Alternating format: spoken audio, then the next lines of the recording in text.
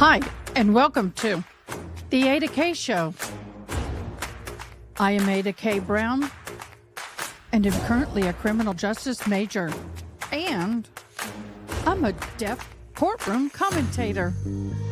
Grab a cup of Java, and let's dive in.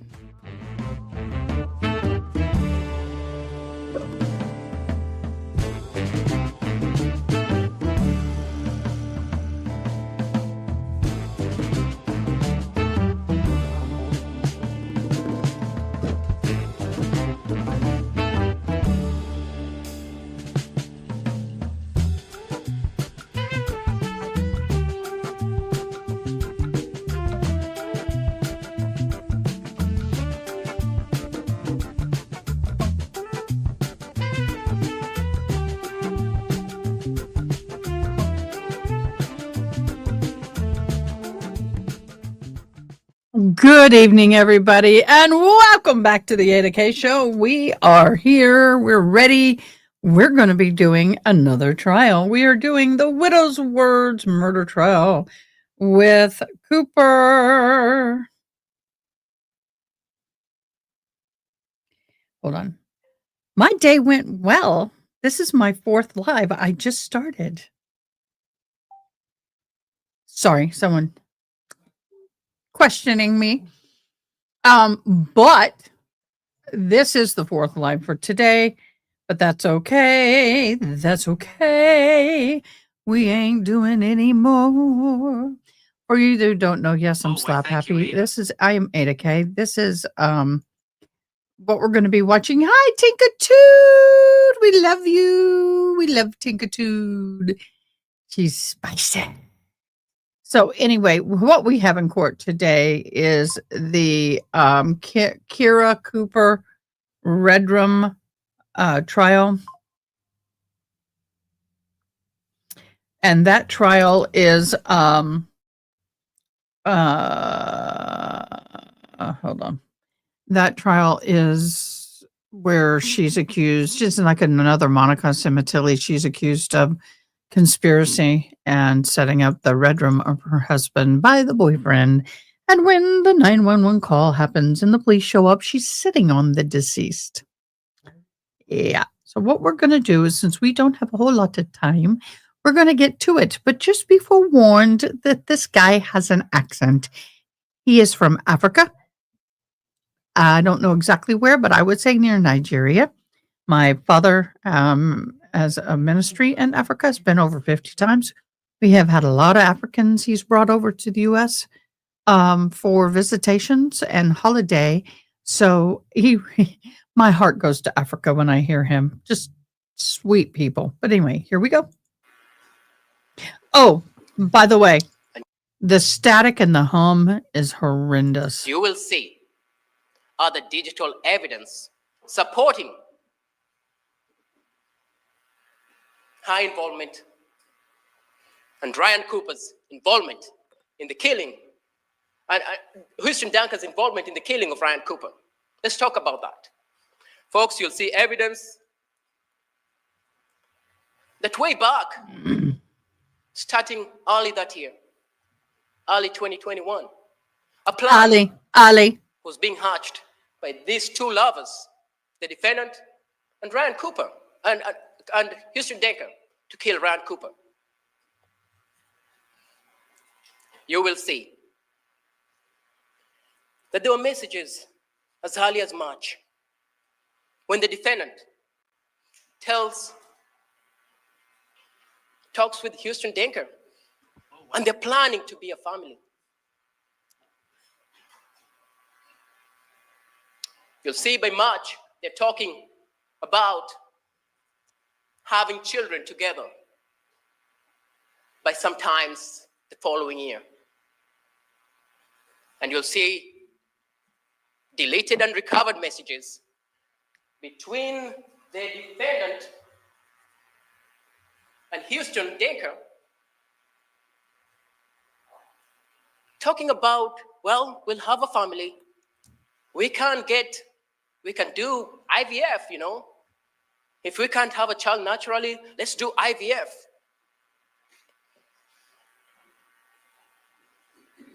you will see that at some point it escalates.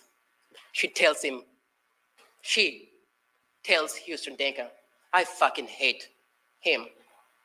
Oh, language. Hello. Fredericksburg Metalworks. Hello, how are you? Oh my gosh, language, please. I think we're going to be hearing that F-bomb quite a bit. Maybe I ought to try and get my little sensor ready, but I can never get it on time because I don't know it's Right. coming. You'll see sometimes in March, she sends this ominous text where she says, Cursey words. I'm wishing for a rogue semi-accident. Ryan was a farmer. I'm wishing for a rogue semi-accident. No survivors. Something takes him out. But the gods were watching Ryan Cooper at that time, and no semi-accidents happened. You'll see text messages. He reminds me of a preacher. A lot of the people that come over with my papa's ministry, he has raised them up to be preachers. So I have heard a lot of African preachers in my time, and he is talking just like an African preacher. He is. He is. I'm all for it. Where she says, I can't wait another summer. Can't happen. I can't wait another summer.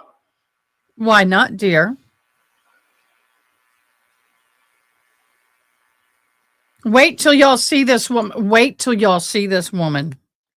Wait till you see this woman. I won't say anymore. Folks, you'll see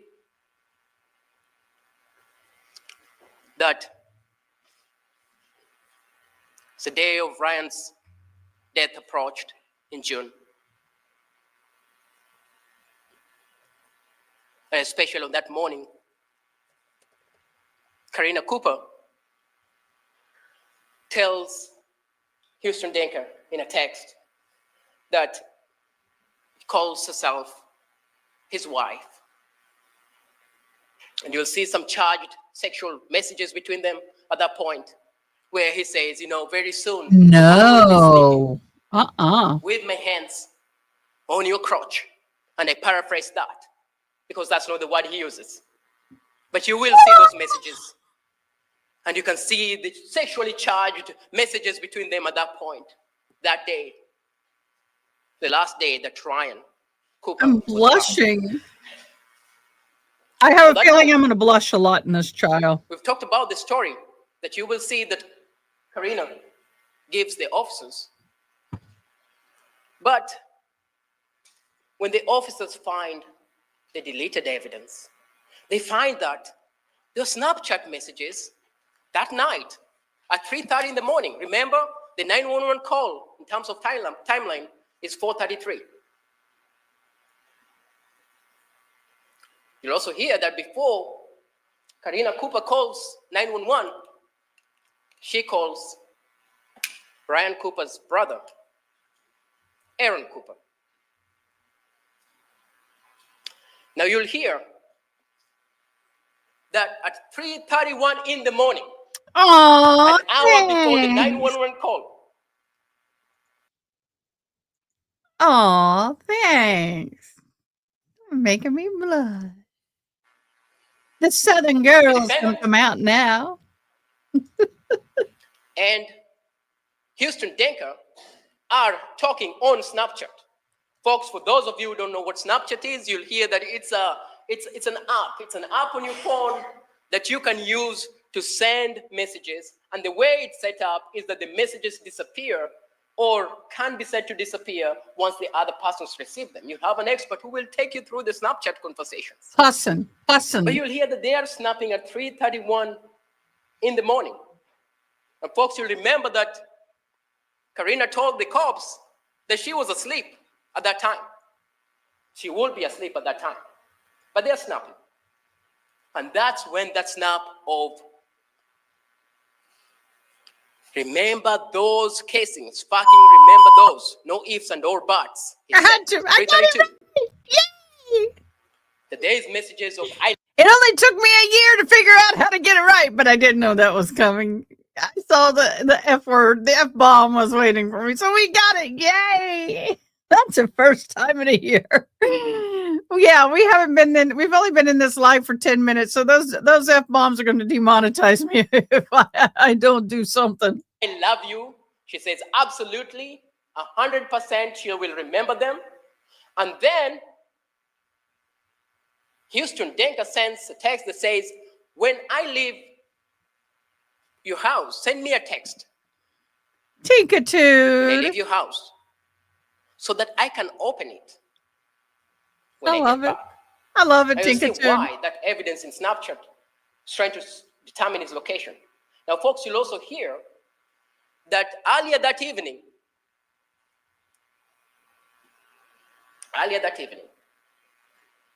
Houston's phone shows that he was driving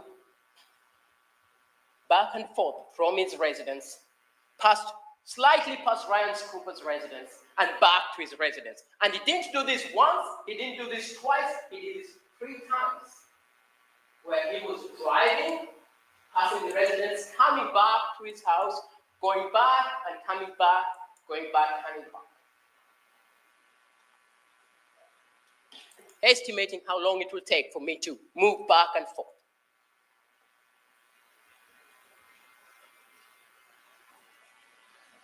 Now you hear that this text messages set the plan rolling that night. My finger is on the button. In these text messages, I gotta get this shit done. Dang it, I missed it. I have a feeling that I'm gonna get good practice with this one. Yeah, I'm not going to get in trouble for the S word or most of the word. It's the F bomb in the first 10 minutes that can get me in trouble.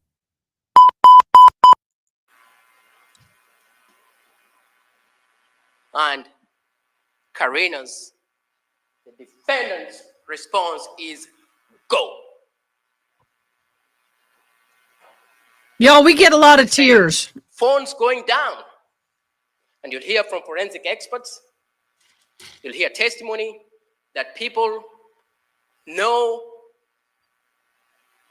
that if you turn off your phone or if it's not moving or the movement of your phones can be detected in an investigation. So you'll hear them talk about phones going down.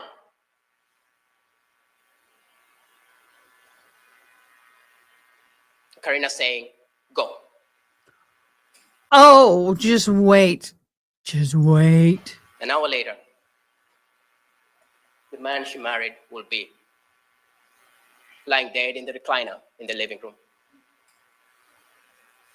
Now, folks, as I said, you'll hear evidence. And she will be found sitting on top of him. Evidence that she said she was asleep until she heard a sound. She described this as a sound. But you'll hear that forensic evidence says that's not true. She wasn't asleep. You'll hear that at 4:13 in the morning, she watched something on her phone. That this just doesn't happen on its own, that it's user manipulated. Someone has to be on the phone for it to use that phone. And that she watched something, a picture, on her phone. That was deleted. You'll hear that at 4:18 a.m. She calls, remember, the evidence will tell you, 4:33. At 4:18, she deleted 2 photos from her phone. What did she take? Then, folks, you'll hear that at 4:23 to 4:33 a.m., the defendant, Karina Cooper, took 170 steps in her residence. And how do we know this? You'll hear from experts that the phone has an app sometimes, a health app on the phone, that when the user is walking with We know all about the health app. If anybody watched the Karen Reed trial, we know all about a health app. Let me tell you. Yeah, my toes are cold. I am sorry, but I've got to put socksies on. My toesies are not happy little babies right now. But yeah, the health app on that phone, people don't realize it's gotten to the point that our phones will now convict us based on our steps. So the health app is coming up again. the phone, it records what you're doing. And that, contrary to a statement that she woke up to some noise, the phone shows that she was walking between 4:23 and 4:33, 170 steps. The bathroom is the bath. 93.7 feet. Oh, okay. So she had to go to the outhouse. That's what it is. That's what it is, y'all. They have an outhouse. Yeah. In 10 minutes. No. You'll hear, folks, that's longer than a football field. Touchdown, touchdown. Now, as I told you, you'll hear that the police tried to see physical evidence that they couldn't find. They couldn't find the gun. They couldn't find the gun that had been used to kill Ryan Cooper in that residence. But Ryan Cooper was dead, 2 bullet holes on his face. And the gun missing. But the police found something. Something that was significant and helpful. Yeah, remember those shell casings. No fucking ifs and buts. Remember those shell casings. She forgot to pick one of the shell casings. The evidence will show that the police found one shell. Holy crap! You guys, really? My professor, the last paper, remember we were going off about my paper and it had to be 200 words? Well, he's been giving me an 80 on every paper, right? He gave me a 98 and he goes, very good. There's some good clear points. I'm like, I have good clear points in all my papers. You just didn't like the wordage. So I'm going to make a suggestion to this professor that he give a word range between 200, like 190 and 210, or give a word. Oh my gosh. Pick your little snot. At least my grade a little bit. Ryan Cooper was shot by 22. Go figure. Maybe I ought to challenge it. Size of the shell casing. Police found that. I guess he did. That would have been nice. Hi, Hilda B. Hi, baby. How are you? Police dig into their lives. They find that they get statements of the threats that she'd made to Ryan. They find that the defendant, Karina Cooper, was in financial trouble. She didn't have any money. You'll hear evidence from someone from the bank who used to work with her. Thank you, Ada. And you'll hear that he would be nagging Karina to make sure that she was not overdrafted. And there'll be numerous text messages that you will see that in the days and the months leading up to Ryan's death, these men will text Karina and say, please, you're overdrafted again, put in some money. And she will give an excuse after another excuse after another excuse. You are overdrafted. Yes, it's another Monica Simatilli trial. Yes. Put in $200, $300. Sub something. You're Hi, on the overdraft list June. again. Hey, June. Now, talked about the timeline. We talked about the evidence you'll see in regards to the timeline that the police are told that this is what happened. And I told you that the story was full of holes. And some of those you'll hear from the blood. You'll hear that the blood in the scene tells a story. The blood was not consistent with the story that the Karina was trying to sell to the cops. And what did the blood show? That almost every officer came in. Two officers will come in. The first officer is there at 4:42 in the morning. So 4:33 she calls. Aaron Cooper is the first person. That's Brian's brother. First person to arrive. Because remember, she calls Aaron before she calls 911.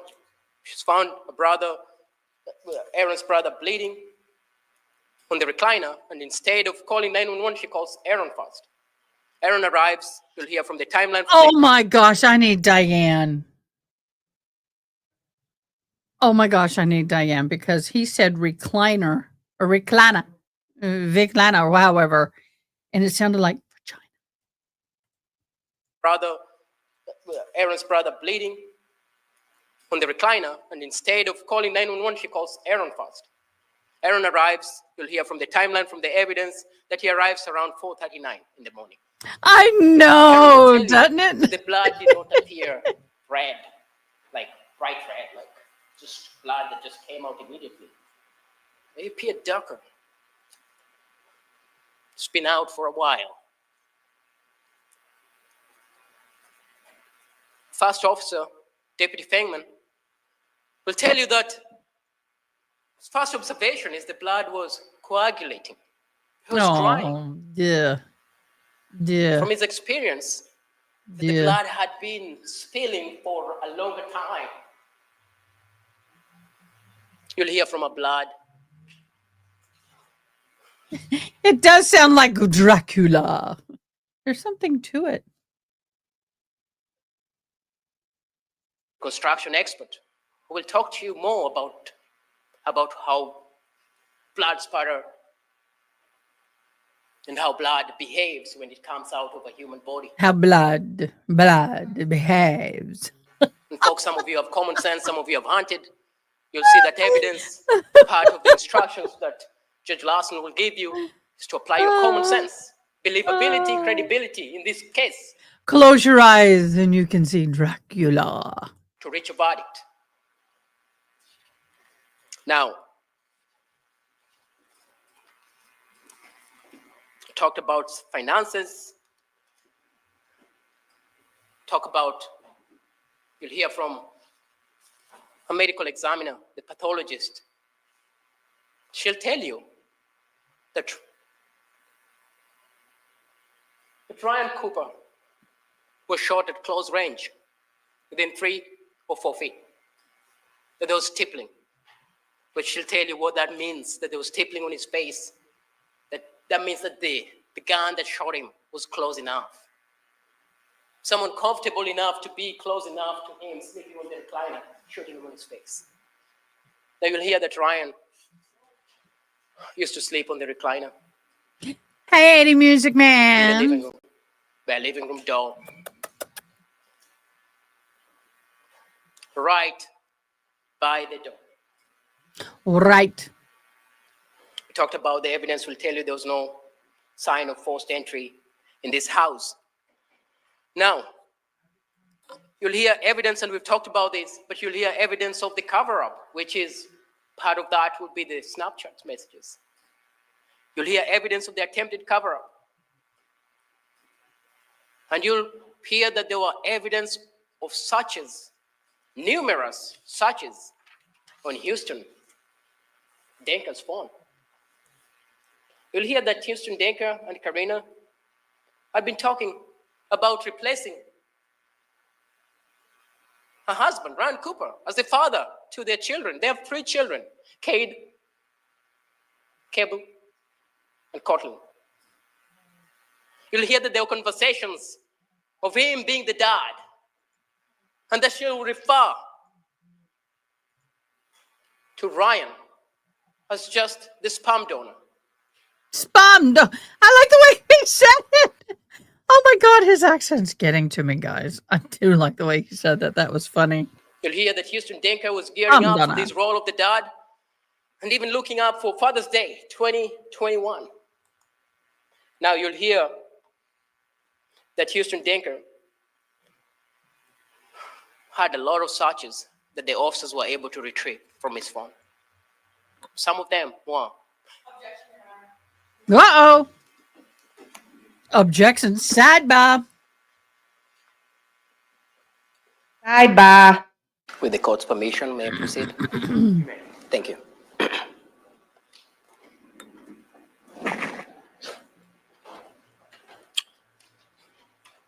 You'll hear evidence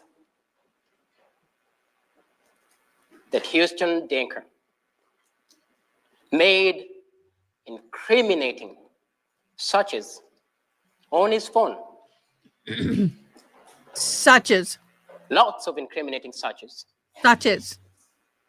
Sounds like sausage. Some appear to have been made way before Ryan Cooper's death,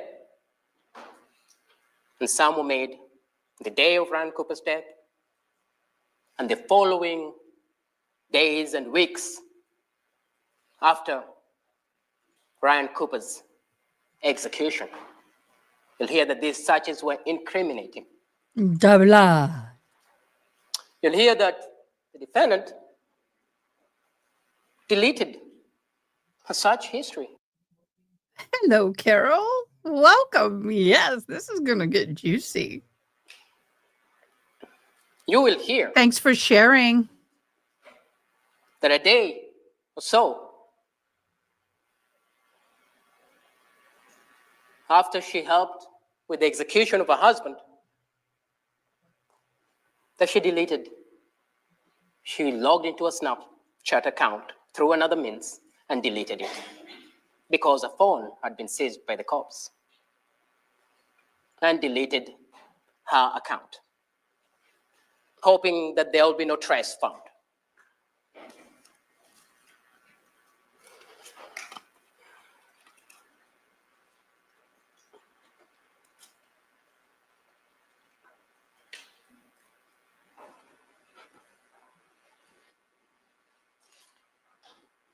Now,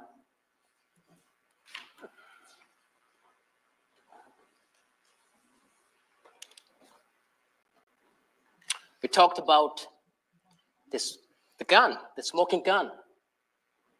The smoking gun that was not found at the scene.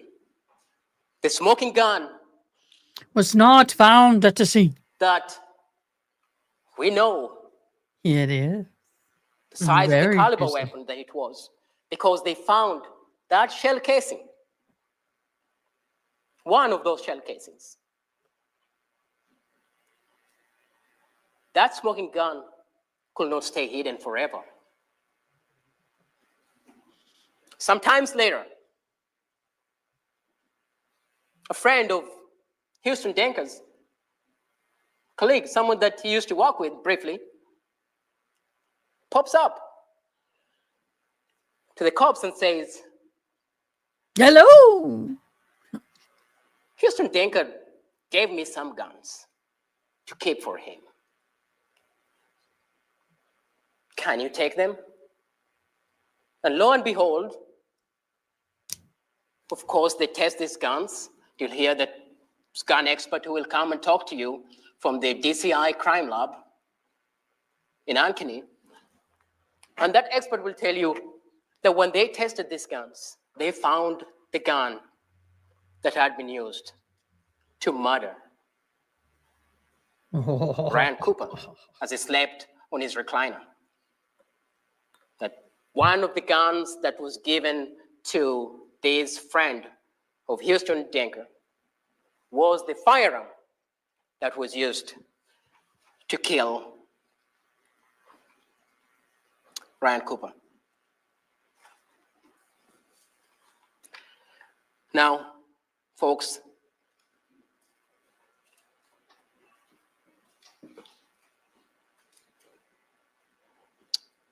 at the end of this trial, you will receive instructions from the court. You will receive instructions that, as we discussed during jury selection, talks about the burden of proof beyond a reasonable doubt.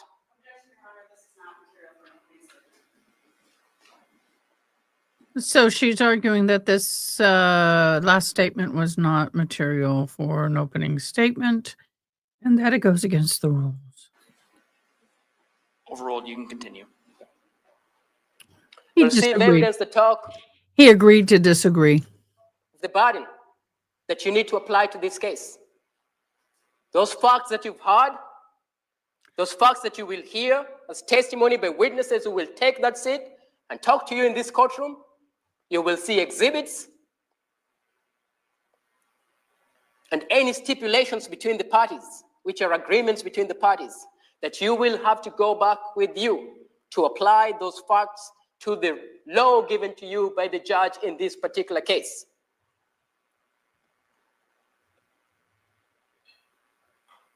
The evidence, as you will see, it will show that Karina Cooper was not just an unfaithful wife. She was not just a wife who wanted, as a text message will show you, to leave Traer, Iowa, for a better life in a sunnier place with a younger man. The evidence will show you that she was not just dishonest, but that she was manipulative, that she is a co-conspirator. You will get an instruction to apply on aiding and abetting, that she aided, that she abetted, that this crime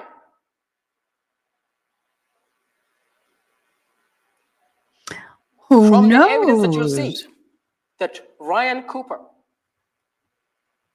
dies by her involvement absolutely 100%, like she said. She was in this absolutely 100%. You'll see that she's a planner. The evidence will show that she is a murderer. And for that, ladies and gentlemen of the jury, we will ask you at the end of this trial to hold Karina Cooper accountable for planning and carrying out her husband's murder hand in hand with her lover. We will ask you to look at the evidence, the text, the blood, and apply common sense. We submit to you, ladies and gentlemen, that the evidence in this case will prove beyond a reasonable doubt that she is guilty, and we will ask you to return that verdict. Thank you very much.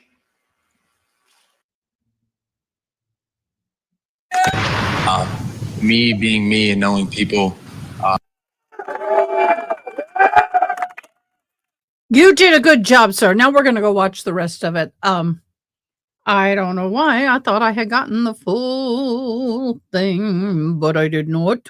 So let me go over. And that's a good brace for us to stop. What do y'all think so far?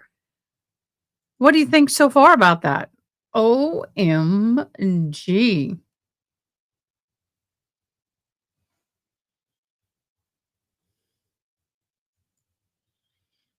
I'm getting it to the end of his. Oh, we didn't hear this. Y'all, we didn't hear this.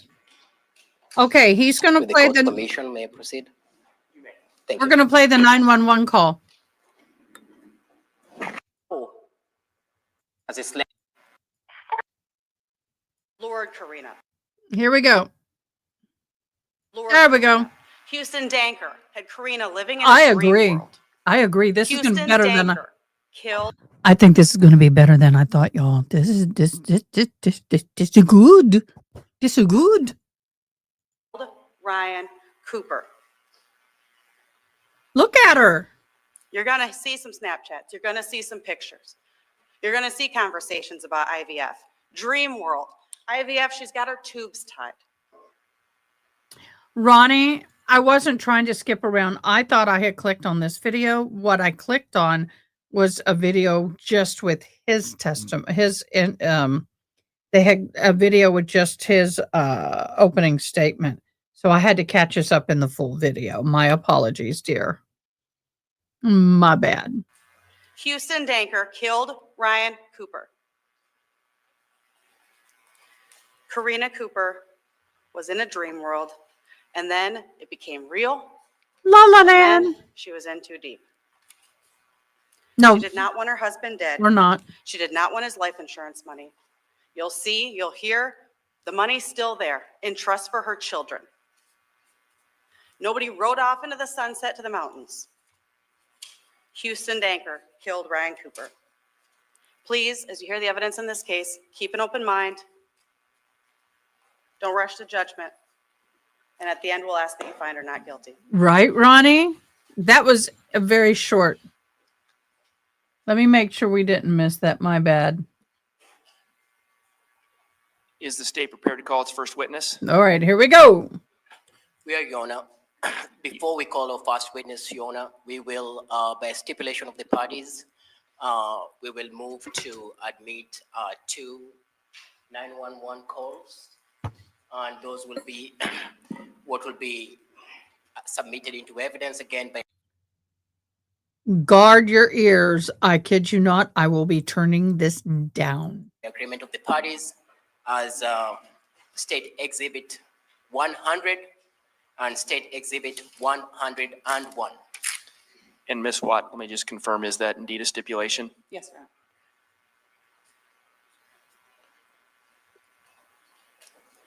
All right, then at this time, by agreement, states exhibits 100 and 101 are admitted. Are you wanting to publish these? Yes, sir. All right, let's see if we can make this happen. I'm turning it down because it gets brutal. Oh, by the way, trigger warning.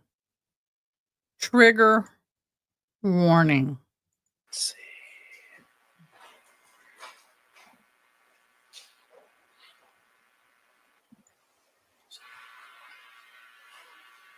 All right.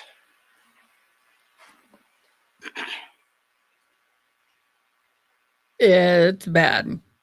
Just saying. She could be So an just for the actress in record, a you playing movie. 101 first? There is, for the record, the state will be playing State Exhibit 101 first. The State Exhibit 100 will be played by another witness. No, we're going to hear it. We'll hear it. Don't worry. We're going to hear it. But it is loud and I'm going to have to adjust because it is like brutal. So just step away for a second until I get it adjusted. I don't know where I'm going to have to.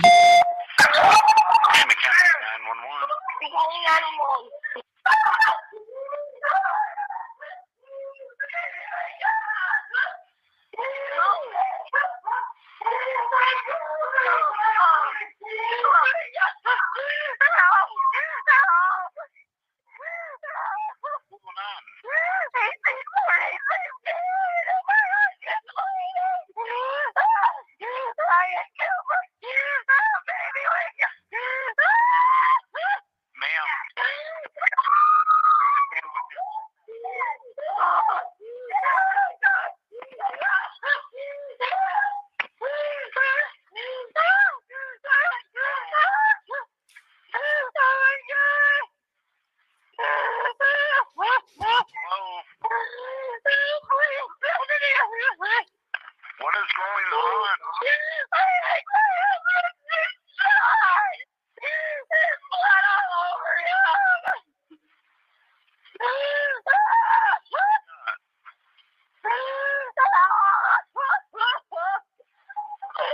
Baby, wake up!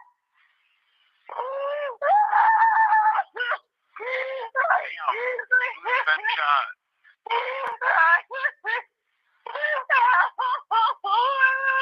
Somebody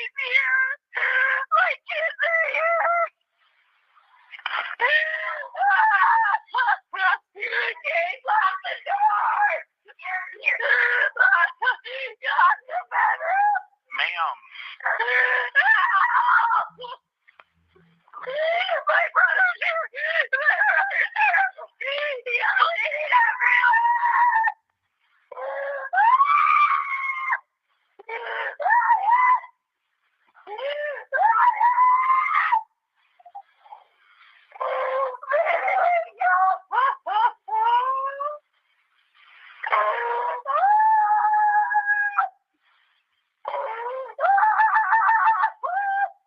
Hello?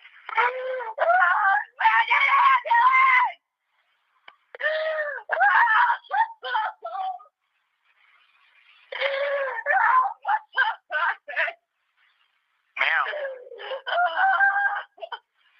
can you settle down so I can...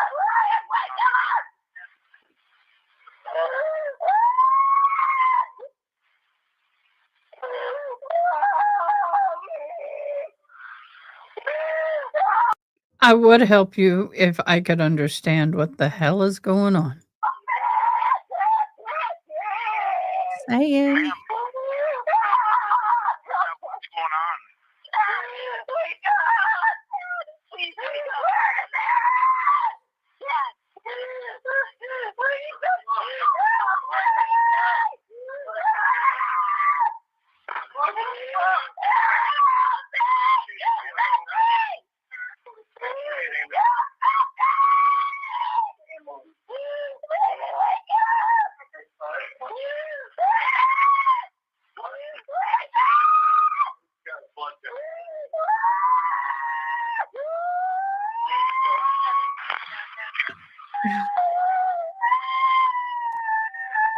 Oh, that's right. That's right. I could turn off my ears. I'm going to this. I can't do. Can't. Hurts.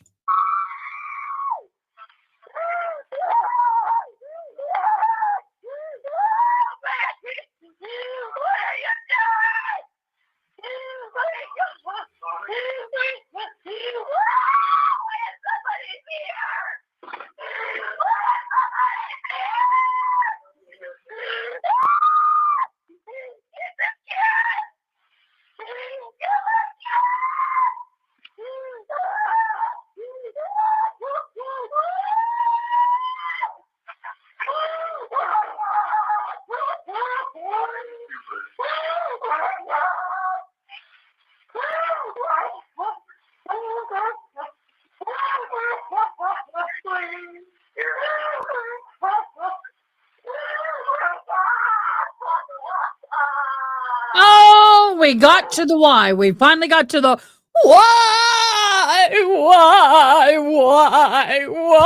me? Okay, you can take his body. I'm done.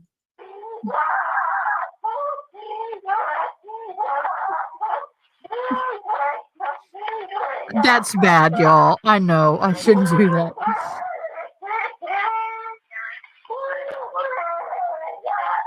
Let me try to check.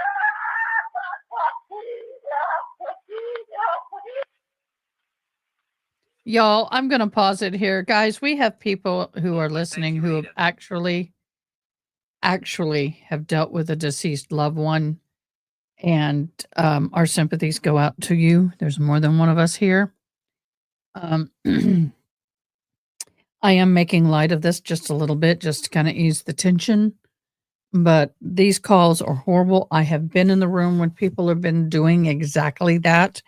As a chaplain and a first responder, I have arrived on scene when people are doing exactly just that. So actually the oh my God, why? And all of that is just very much so typical. And it's a horrible experience and I don't take it lightly, but I had to put a little comic relief in there. I'm sorry. Hope I didn't offend anybody. Judge, are all the speakers working okay? Yeah. The speakers in the courtroom? Yeah, The state will call its first witness if the court is ready. the court is ready. State calls Deputy Kyle Fangman to the stand. How is the volume for you guys? Well, this is real. He was really dead. I gotta say, even though somebody hires somebody to unalive their spouse, when they find that their spouse is unalive, the reality does hit. And they can go back to the, oh my God, I can't believe this. I loved you. I loved you. I'm sorry. I'm sorry. Oh my God. Yeah.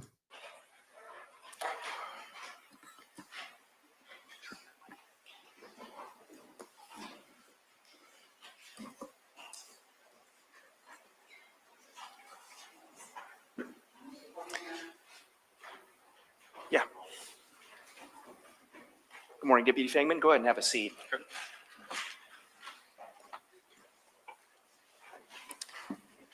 Sir, I'm going to go ahead and swear you in. Please raise your right Are y'all liking the comment little box over here so y'all can see the comments? hand. Deputy Fangman, do you swear or affirm that the testimony you'll be giving these proceedings will be the truth? I do. All right. And sir, for the record, can you please give me your first name and last name and That spell was them? short. First name is Kyle, Kyle. Last name is Fangman, F as in Frank, Angman. That right. oath was short. You may proceed. Mr. Fangman, I'm going to ask you to speak up. Okay. Now, you've stated your first and last name for the jury, correct? Correct. How are you employed? I'm a deputy sheriff with Tama County Sheriff's Office. How long have you been with the Tama County Sheriff's Office as a deputy sheriff? I've been with Tama since December of 2019. Can you tell us briefly or tell the jury briefly about your education, your training, and your experience to be in the position that you are? I was hired as a law enforcement officer with Boone County in September of 2009. I graduated from the Iowa Law Enforcement Academy in December of 2009 and was employed with Boone County until coming to Tama in December of 2019. Are you a licensed peace officer in the state of Iowa? I am. No. As a deputy sheriff or as a law enforcement officer, what have been some of your duties or responsibilities in those years that you've worked in this field? I've been assigned to patrol. So I'm a day-to-day patrol deputy. So responding to 911 calls, traffic accidents, traffic enforcement.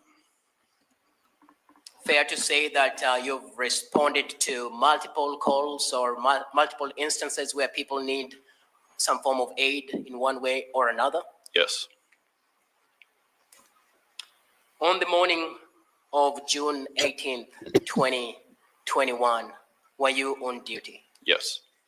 At some point in the early hours of that morning, were you dispatched to an address on K Avenue in Traer, Iowa? I was. Can you tell the jury what address you were dispatched to? It was in the 1800 block of K Avenue. It was just north of Highway 63. So is it fair to say 1846 K Avenue, Correct. Traer, Iowa? Yes.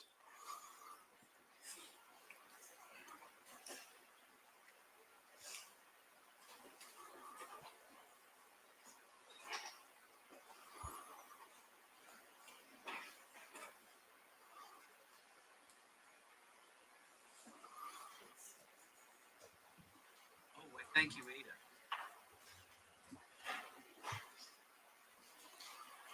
Now, That was around what odd. time were you dispatched? That This was address? very It was odd. approximately 4:39 in the morning. And can you just, for the benefit of this jury being from a different county, from Tama, can you just orient them to what highway, what we're talking about, where this residence is in proximity to the highway or roadway? So when I was dispatched, I was in the city limits of Traer. And I went south out of Traer on Highway 63, continued on 63 until the intersection of K and Highway 63. It took me about 3 minutes to arrive on scene. So when you're dispatched, was another deputy also dispatched with you? Yes, I was working with Deputy Foster at that time, and he was dispatched as well. What information did you have or receive prior to arrival to this residence? Dispatch struggled to get a lot of information to me because of the screaming on the 911 call. It was loud enough you could actually hear it while they were dispatching me through their radios. It sounded like someone had been shot, and there was a lot of blood. They received a second call from a male caller that said he was called to that residence as well. So as you're driving over or as you're leaving, you can hear the communication or the communication from your radio as you're driving over? Correct. That's And, loud. What you hear is just a screaming or some crying female? Yeah, it's fairly unusual to hear the actual caller in the background. Oh. Usually their headsets cancel it out, but not in this case. Said you took about 3 minutes to get there. Correct. And what direction were you driving to get there again? I left Traer south, and then that road curves instantly and goes west. It was early hours in the morning. Did you, as you drive there, do you see any vehicle or anything that appears suspicious? The lover, I believe. Remember she called somebody before 911? That's who it was. Say the speeding away from these residents. Not that I recall.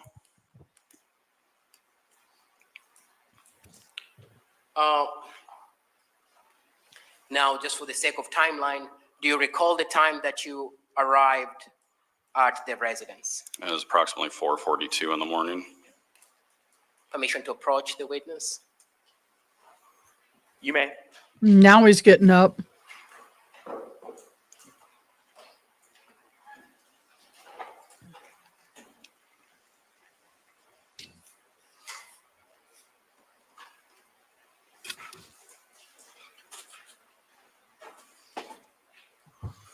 We have exhibitees!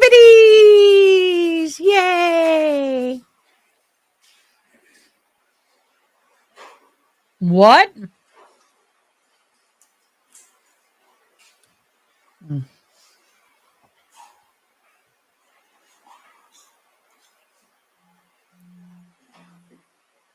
Counsel, these haven't been admitted yet, have they? So, No, they're demonstratives.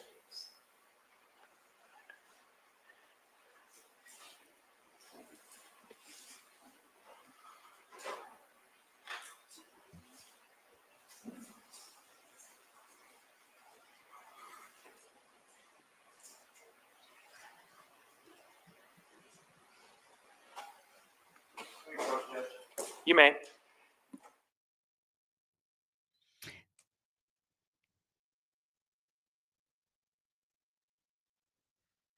Sidebar.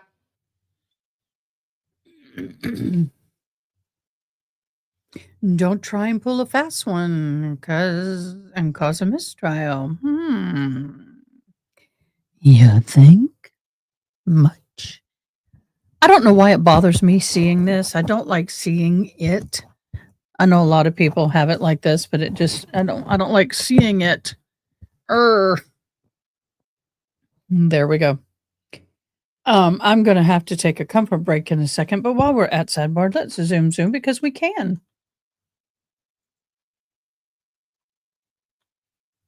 Chair to There we go. Strawbaker, if you want to move to another chair to maybe to the left of Mr. Ringel somehow, if you want to be able to see. Okay, we're having a logistical issue here. That's what this is. Karina, you're going down, girl, down. Is it me or is my voice kind of bassy today? Not trying to have my Delilah voice. Although someone may like my Delilah voice. I don't know. What do you think, Ronnie? Would someone like my Delilah voice?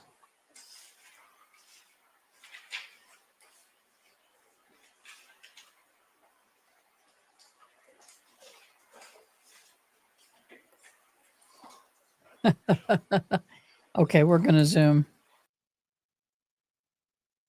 310, 311. Okay, I see what they've To done. move to Okay, proceed. I see what they've Whenever you're done. ready. He's like, oh God. By agreement of the parties, we're going to move to admit the one on the extreme left from where I'm sitting. It's 310, 311, and 312 state exhibits. All right, then. I'll be back. States exhibits 310. 310, 11, and 12 are now admitted. So are you able to see what's been marked on my far left as 310, middle 311, and my far right as 312? I can see 310 and 11, fine, 12. I can see the majority of it.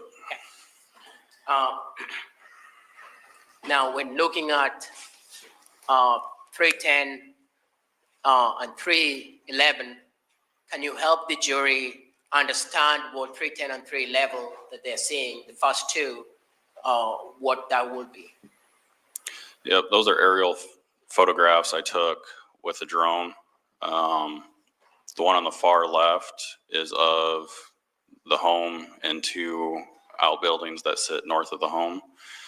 The one in the middle is a full overview of the acreage. On the left is Highway 63, and that's running east-west.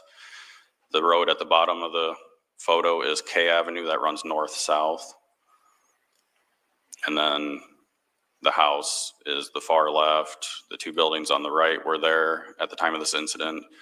The large building, kind of right in the middle, was not there at the time this incident happened. Sitting there was building supplies, I assume, to build that building. Now, when you pull in the driveway, can you describe to the jury what you see? There was at least two trucks sitting in the driveway. The one furthest away from the house was running with the flashers on. I parked kind of behind that one. Did you later determine whose truck that was? I didn't at the time, no. Now, there's two trucks. So do you remember the color of the trucks? The one closest to where I parked was white. I believe there was a red one in front of that. So the white one was the one that appeared to be either running with the flashers on or had its flashers or hazard signs on. Yep, it definitely had the flashers on. I believe it was No. running, but I'm not entirely sure. How do you enter this residence?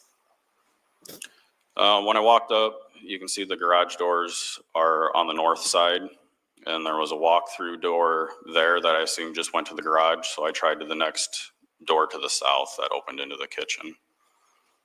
So you entered through a kitchen door? Yeah, it opened to like a small landing, and then the kitchen was to the right when you stepped in. What do you see once you enter this kitchen door? There was a male that met me at the end of the kitchen that he informed me his brother was dead, and then we walked through the rest of the house to where Ryan was. Okay, so you see someone who you identify as a male, Yes, and he tells you that his brother is dead. yes. Do you see this male? Is he dressed? What's his condition? He's sitting upright in a recliner. You know, before you go to the dead. Warning. He's sitting upright in a recliner with no face and probably no head. If any head, it's very much. Graphic warning. The guy who tells you that his brother is dead, can you describe him briefly? He's white male. He's wearing like pajama style pants. He was shirtless. Did you later identify who this was? Yeah, I recognized him as Aaron Cooper. So you knew Aaron Cooper? Yeah, through his time in the Traer Fire Department. So Aaron Cooper was a firefighter. Oh, Yes. man, that sucks. So when you talk to Aaron Cooper, he tells you his brother is dead. What do you do next? As I entered the kitchen, I could hear a female screaming from the other end of the house, and that ended up being the living room where Ryan was, and she was laying on top of him in the chair. So the female screaming was laying on top of someone on the chair? Yes. Ew, laying on top Tell us of more him. what you see. Give the jury an understanding of who she's laying on top of. She was laying on top of Ryan. When she got up off him, I could see that she was covered in blood. I tried asking her what was going on. She was just screaming that she needed an ambulance. And then I had Ryan remove her from the room so I could actually see what was going on. So did you mean to say Aaron? Or yes, sorry, Aaron. So you see the female, she is sitting on top of Ryan Cooper. Correct.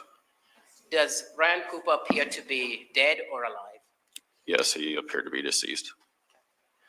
And you talked about observing this female. You said she was covered in blood. Yes, Did you identify who this female was? it was Karina Cooper. That person that you saw covered in blood sitting on top of Ryan Cooper, who you identified as Karina Cooper, is that person in this courtroom today? She is. Can you identify that person by an item of her clothing where she's sitting? Person. I love the way he says person. Yep, she's sitting on the defense side with a gray like sweater on with a black undershirt. Your Honor, we'll ask that the record reflect identification. The record still reflects.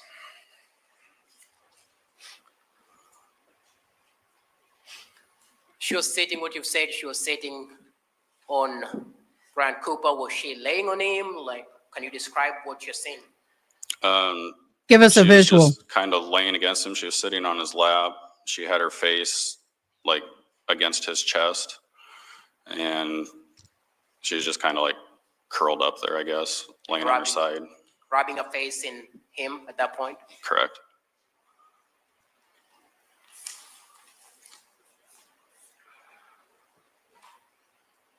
As you make these observations, do you observe that there are also children in this house or in this room? Yes, there were 3 children in the house. As we No. left the kitchen and walked towards the living room, there's a bedroom on the right, and there was at least 2 of them that were standing in the doorway there. And then as I walked past, they followed us Oh out. gosh, no, please don't. No, babies, booze. Please tell me they're so young they won't remember this. Please tell me they're so young they won't. Oh my gosh, that is horrible. Why? Why do the kids have to see this? Oh, how cruel can you be? Were you able to identify these children? They were the children of Ryan and Karina. Do you know their names? Were you able to find their names at some point? I did. I don't recall what they are because in my reports, everything's by their initial. I was about ready to mute this because we are not putting those names out there for y'all. Not gonna do it.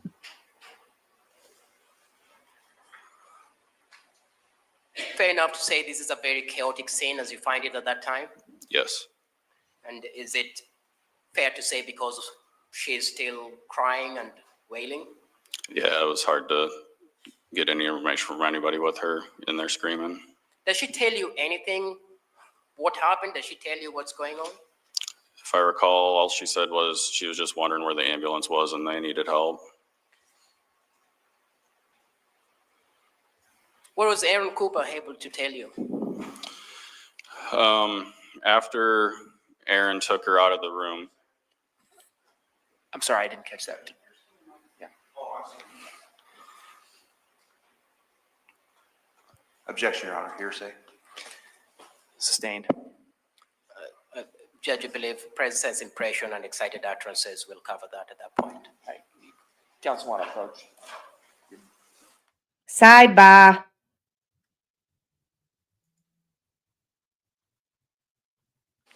So, Mr. Hawbaker, my understanding is that the objection is withdrawn. Is that correct? That's fine, Your Honor, yes. All right. Do you remember the question?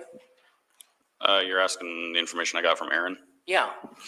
So after Aaron took Karina outside, he came back in and he had told me he had gotten I'm sorry, we are streaming this on 4 different platforms. Someone asked why couldn't he answer that question? If the person that the question is about, say another police officer or investigator, He cannot answer because that's hearsay. He can't say what the other person said. That's hearsay.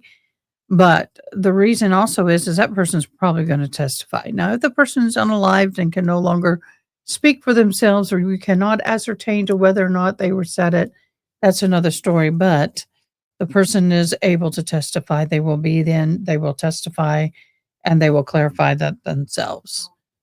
A series of calls from Karina, Or expose them. just Oh. a few minutes before I was dispatched, that there was someone in the house, that Ryan had been shot, but he said it was mostly just screaming as well. So the information that you received from Karina was mostly screaming Oh. that there was someone in the house. Correct.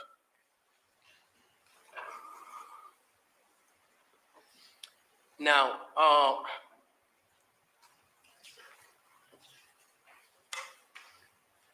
let's talk then about at that time, what are your duties? Are you trying to determine what had just occurred? Yes.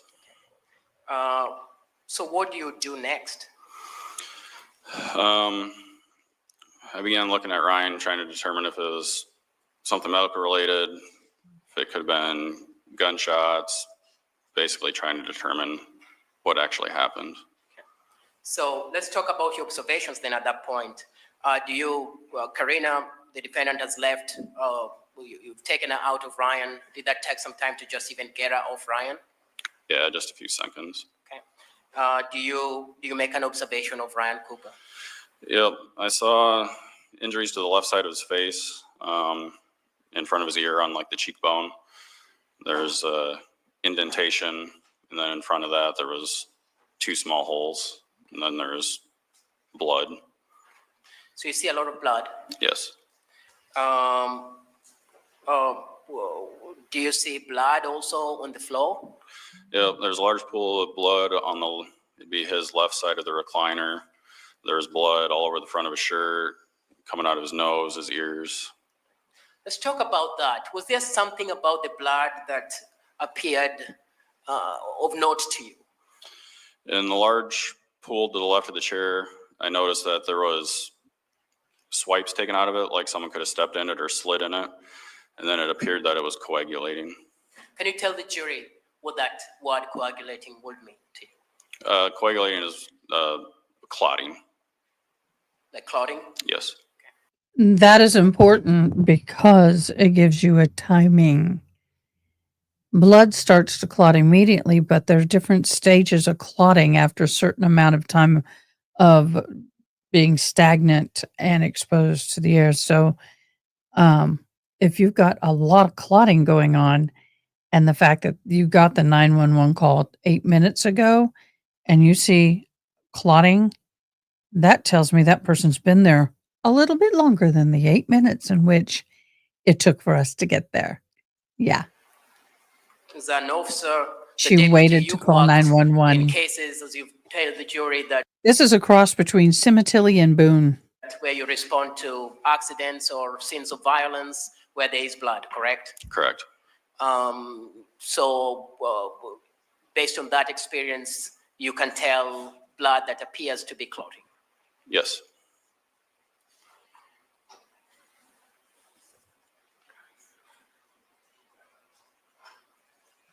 Ronnie, are you guys, how are you liking the little Did you- chat corner? Observe what is referred to as blood spatter in that living room. Yes, on it'd be the east wall of the living room, there's blood splatter on that wall, on the door, and then the wall behind the recliner, there was blood splatter as well. Now, you talked about what appeared to be signs of movement or disturbance of the blood by something like a swipe on the blood. Correct. Correct. That's right, Ronnie. At that point, are you concerned that there might be a firearm in the scene that you need to either secure or find? Yes. Do you see any firearm around Ryan Cooper at that time? No. Was that something you're looking for? Yes. Do you find a firearm at the scene? Or Yes. in the house? Yep. Initially, I found being a 9mm Smith & Wesson Shield. It was sitting on, I don't remember if it was like a buffet type table or just an end table Hutch. in the hallway between where the That's called a hutch. bedroom and the bathroom is. And when you find this Smith & Wesson 9mm, what do you do with it? I cleared it and left it sit where it was. It was photographed, and then later it was placed in my patrol car. Did the weapon that you found have any ammunitions in its? Yes, there was one in the chamber. There was 6 in the magazine, and the magazine held 7. Were you able to determine who this weapon belonged to? I later found out it belonged to Aaron. So that time you don't know, but you later find out that it belonged to Aaron Cooper? Correct. And did you find out that he brought it with him based on the phone call that he'd received? Correct. Were there other firearms found in the house? Deputy Foster and I found one later. It was in a bedroom safe. Can you tell us what firearm we found at the bedroom safe? It was an LC-380. Okay, and those are the type of the firearm? Yep, that's the model of the firearm. I believe it's a Ruger. A Ruger handgun? Yes. Did you find out who this firearm belonged to? That was Karina claimed that one. Okay. So Karina told you that in a bedroom, the 380 would be a firearm that belonged to her. She told Deputy Foster that there was a firearm in the safe. When, was there any other firearm that you found? No. Was there a firearm found in Ryan's truck, or was that a different officer who found that? That was found later on in the day with a search warrant, I believe. Okay. So later on in the day, you do find a firearm in Ryan Cooper's truck? I don't believe I found it, but I know there was one found there. Okay. Back to the recliner where Ryan Cooper lies dead. Did you search around, or did one of the officers search around to see if there was a firearm? If there's what? If there was a firearm. Yes. Was there any firearm found on the recliner or around Ryan Cooper? No.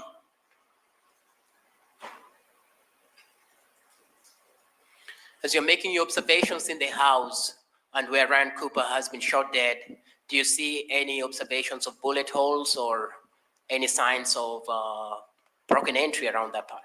No.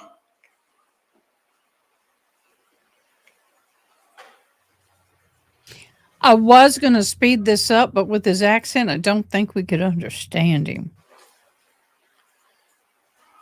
You talked about the children in this house, correct? Yes. Kitty, kitty, At kitty. some point, and you talked about them being present in this place with this excitement and what had just happened, correct? Correct. In fact, when you're talking to the children, they have to be shepherded out of the living room where their dad lies dead. How and old to a were the different children? room, Let me correct? Google it. Correct. When I saw that 2 had followed us into the room, I asked them to go back into the bedroom and shut the door. And Do you remember what they were trying to tell their mother as she's screaming? say that again? Do you remember what they were trying to tell their mother as she's screaming? Sustained.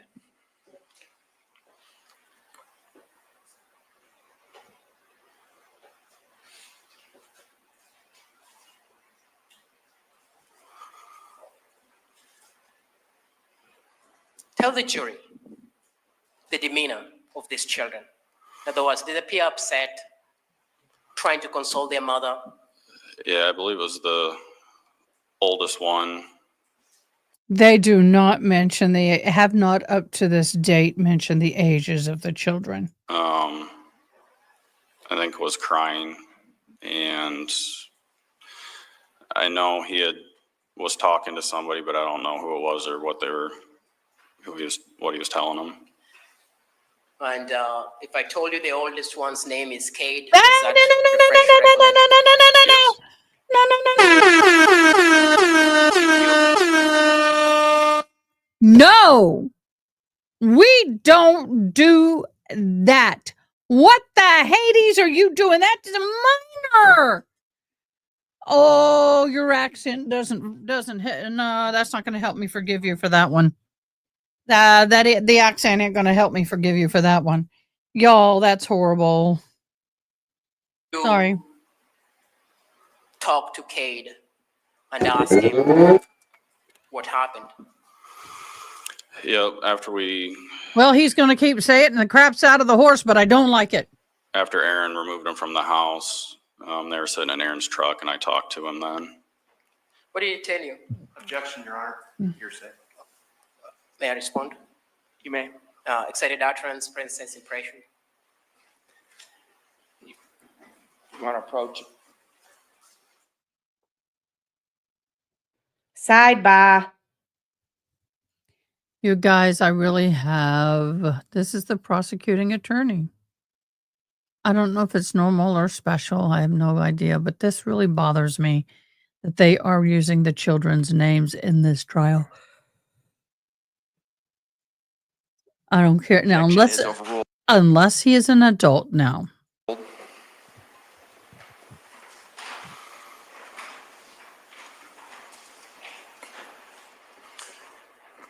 So do you want me to repeat the question or you recall the question?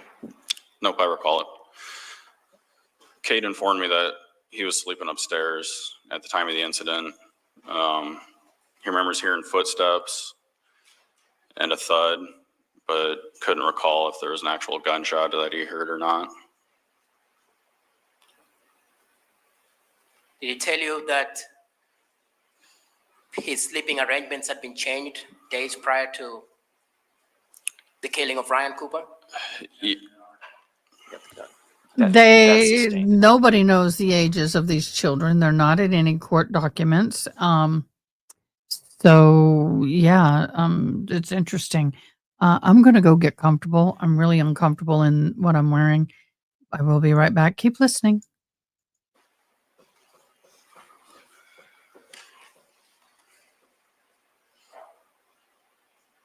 Did he tell you what he did as he ran downstairs and what happened in regards to when he saw his dad? Overruled. He said he went over to where his dad was and he slipped in the blood. So he told you that he slipped in his dad's blood? Correct.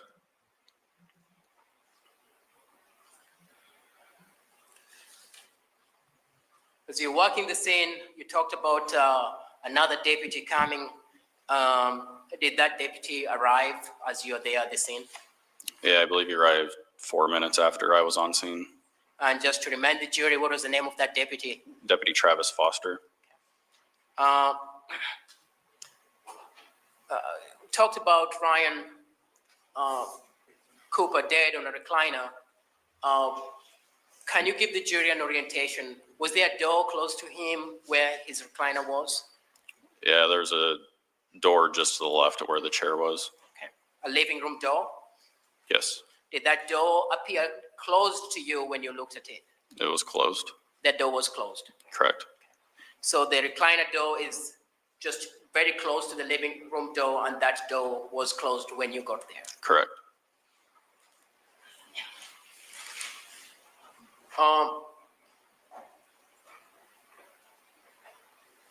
Let's talk about some actions that you took when you have other officers and other people responding to help Ryan Cooper. Do you collect phones at the scene? I did. What phones did you collect? I collected Karina's phone and Ryan's phone. Okay, so you collected the defendant's phone and Ryan Cooper's phone. Correct. When you found the defendant's phone, was there something of note that you observed with the phone?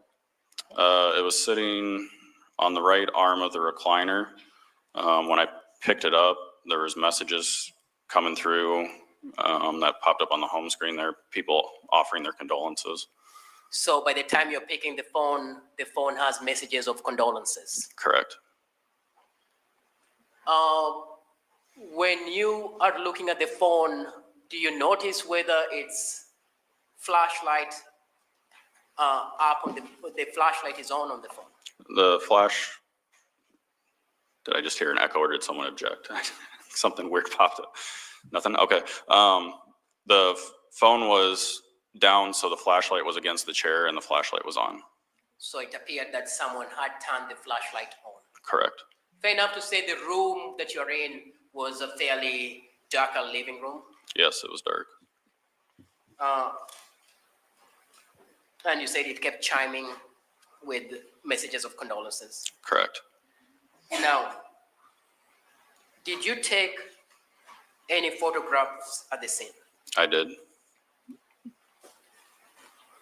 Mr. Kodiak, before we get to these, I think we're going to take a recess. So we're going to take, ladies and gentlemen, I've got 10:46 on. Look at that exquisite clock I had to show you. Oh my gosh, that thing is sexy. And that's all hand done. Oh my gosh, that is beautiful. You know that's old. Anyway, zoom zoom.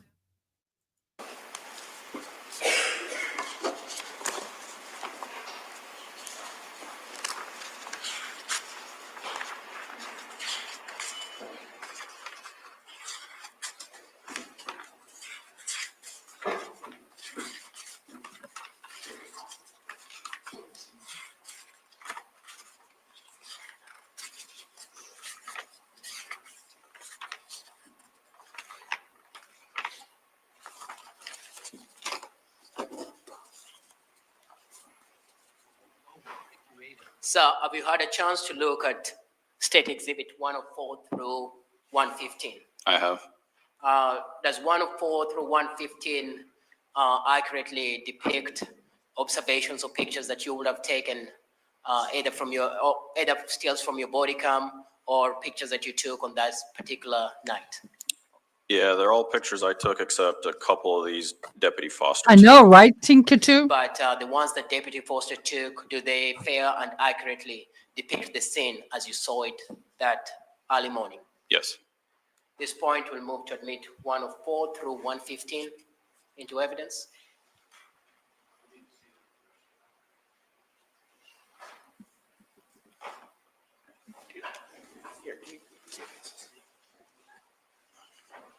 Mr. Rob Baker, if you want to come on up, I'll hand them to you. Yep. Yeah, it's gorgeous.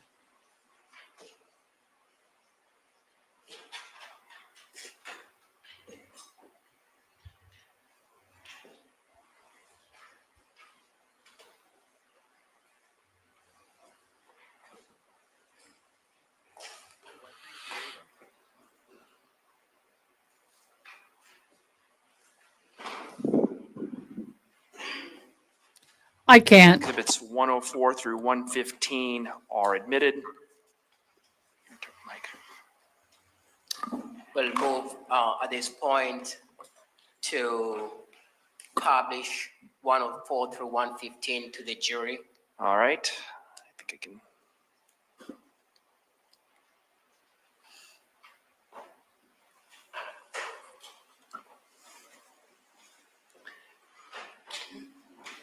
They've moved to this TV screen rather than the big, so I don't know.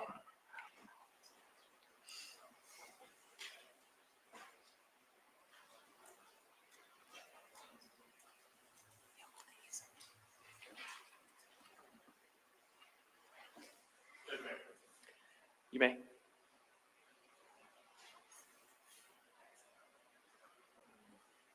Don't know. Let's try.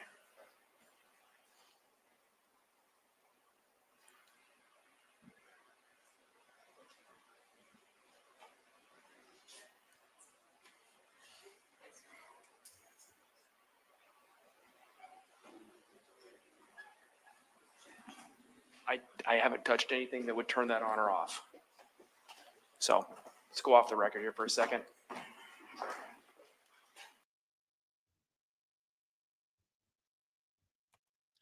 Okay, June and Ronnie, go to mod chat. I posted something. That's about all we're going to find. All right, you may resume your questioning. Thank you. There's not much. State Exhibit 104. Can you describe to the jury what you're saying in State Exhibit 104? That's a picture of Ryan sitting in the recliner. Oh, thank That the God. recliner- Thank you for not showing us that. That you found the defendant on top of him when you arrived. Correct. What do we see behind him? Is that the door? There's a door with glass middle of it. Is that the door that you said you observed that was closed? Correct. And that's what you'll describe as the living room door. Correct.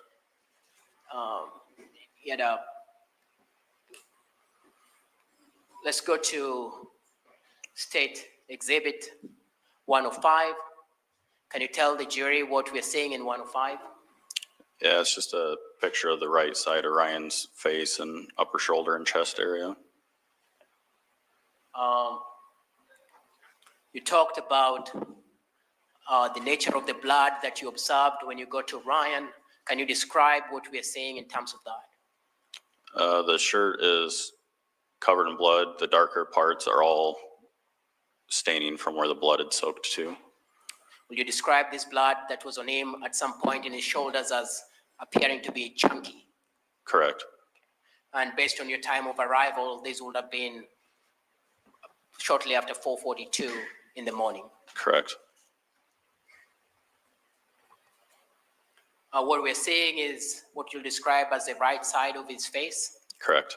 Did you see anything that appeared to be injuries on his right side of the face? No, just the blood out of the nose on that side. Nature of the blood that was coming or that you're observing, was it confusing to you in the sense of his whole face appeared to be covered in blood? There was quite a bit of blood, yes. So even on the left side of his face, which didn't appear to have any injuries or any wounds, there appeared to be blood that was smeared on the left side of his face. Right side? On the right side of his face, sorry. Yes, right side. Is Correct. that fair? Correct. Showing you what's been admitted as State Exhibit 106. Correct. Can you tell the jury what we're seeing in 106? That's showing the large pool of blood that was on the floor. And then the center of it, you can see the line kind of right through the middle of it is where it was smeared from someone stepping in it. So you see what appears to be a smear in this pool of blood, and what also called on the far front of the picture, fair to say you see something that appears to be like footprints. Yep, bare footprints. You describe the blood. Is this part of the blood that you're observing that appeared also to be coagulating Yes, or coagulated? correct.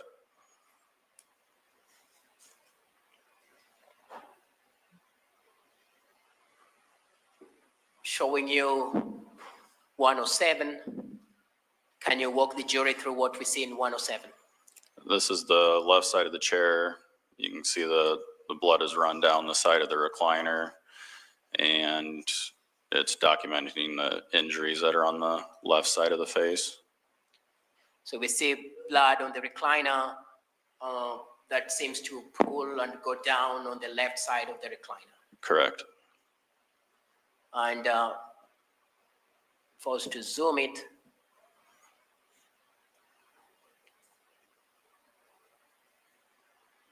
can you see that better?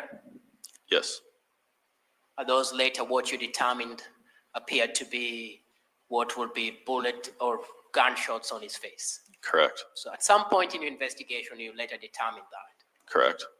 But that's when you testified earlier that that's the side of his face, this is the left side of his face that has appeared to be injured. Correct.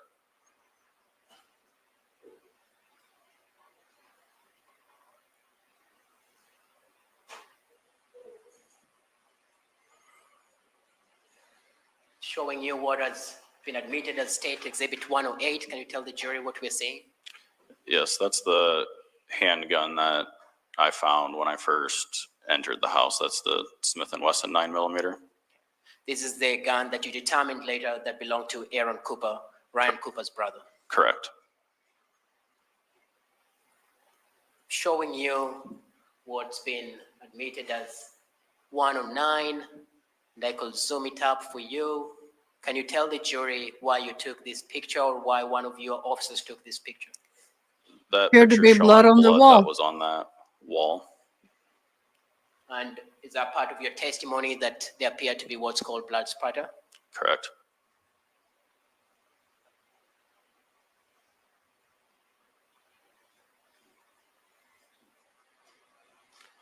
It's been admitted as 110. Can you tell the jury what we see with 110? Yes, that's the east wall of the living room, the door, the light switch, and then there's blood splatter on that wall as well. Can you describe where you see the blood spatter for the jury? It's the dots that are, there's one right on the light switch panel, and then there's a couple more between the window and the light switch, and I believe there's some below the light switch panel as well. Is there blood on the floor? There is, where the floor grate is, all that coloring there is blood. And are there some blood that you can see or traces of blood that you can see on this door that leads into or out of the living room? Correct.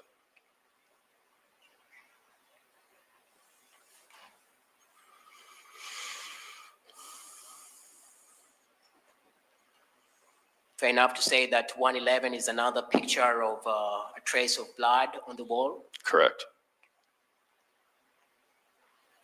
Can you tell us what you're seeing as you take 112? That was after Ryan was moved to the floor, more blood ran out of the wounds, so photos were taken of that to document it. Can you tell us what you observe on the nature of the wounds in terms of size, or from your training and experience as an officer who's fired weapons before, what do you see?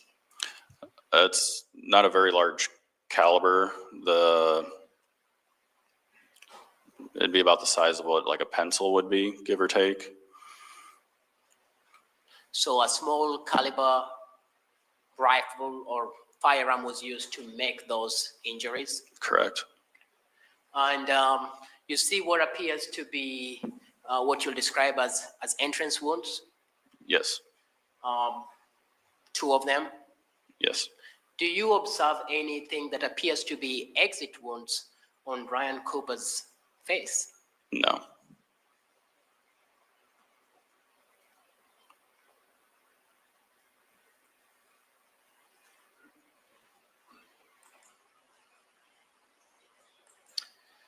Fair enough to say 113 would be a different orientation of the same picture we've seen.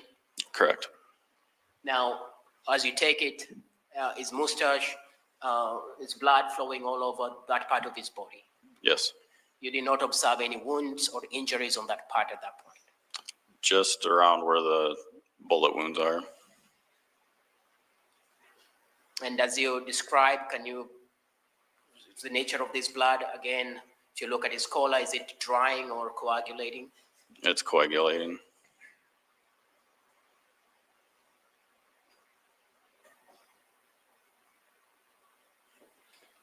What do you see on 115? That's a end table that's below the window that's on the east wall of the living room. So below the window, closer to the door? Yes. What do we see there? There's blood on the floor, and then there's looks like blood had run down the side of that table. Again, the nature of the blood at this point is coagulated. Correct.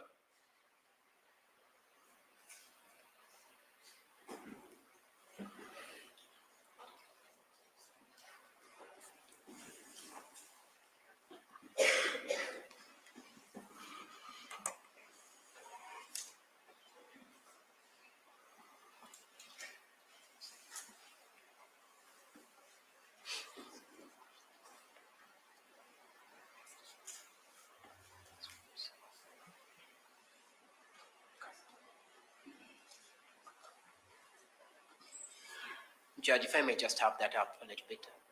If I'm I may sorry. have the TV on.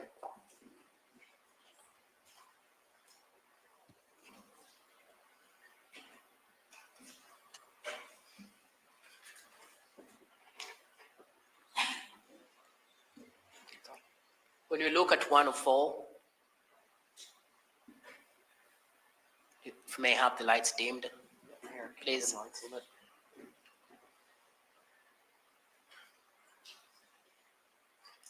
You talked about collecting a phone that had the flashlight on that belonged to Karina Cooper.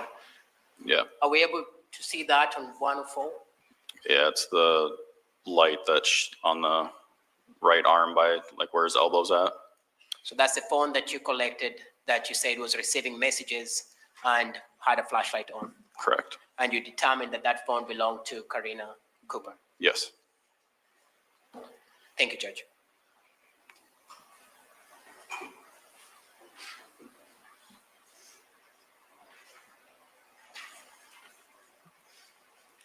Now, all this evidence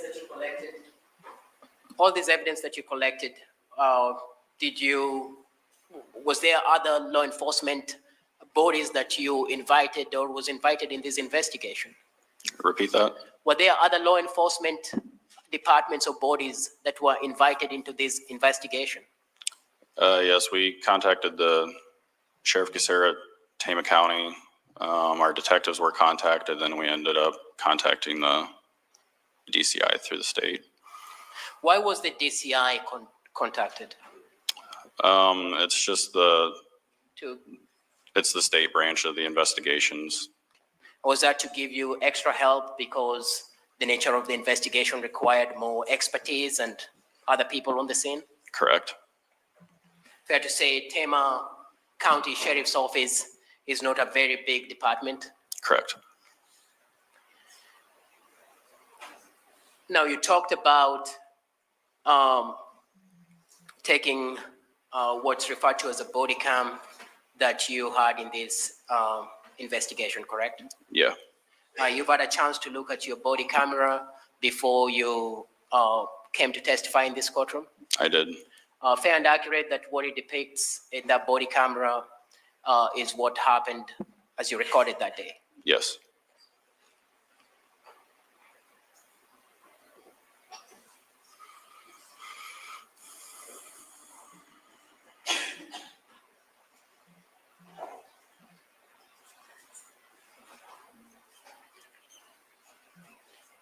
Yes.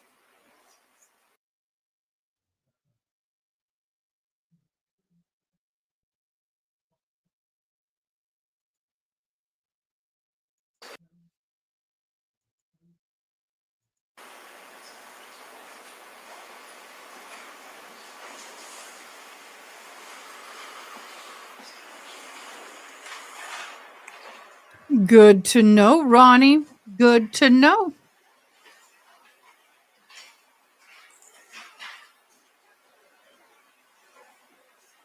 Good to know.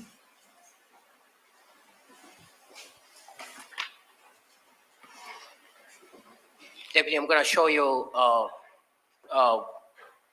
portions of that body camera. And this time, Your Honor, we're going to move to admit State Exhibit 102. I'm sorry, 102? Yes. Any objection to admission of State's Exhibit 102? No, Your Honor. All right, then State's Exhibit 102 is admitted. And we'll move to publish 102 with the permission of the court. You may, and get that set up.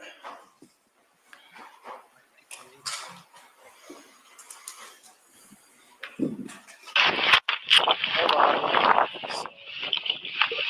Oh gosh, y'all with hearing aids, that hurts. Camera must shut off if you're not used. If it's not used regularly. My hearing aid batteries died. I gotta go get another one. Not going.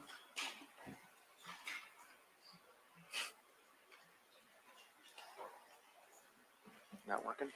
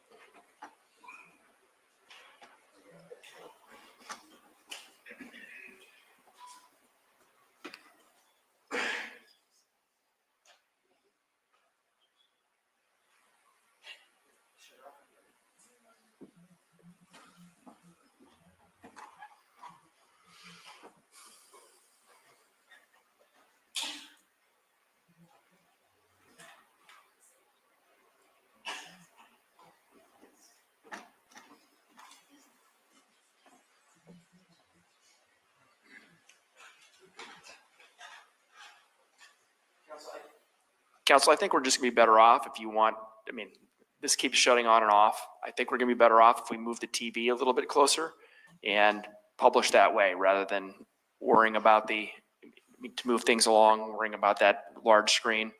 Maybe over the lunch hour, you guys can get that figured out, but every time we turn it on, it appears to shut off. So Dang it. Dang it. and again, Mr. Hawbaker, Ms. Watt, if you want to move around to observe, you're more than welcome to do that at any point. I just did. Your client as well.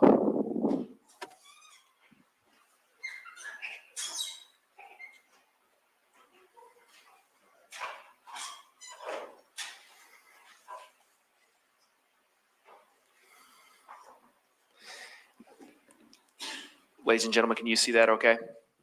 All right, I'm getting head nods from everybody, so.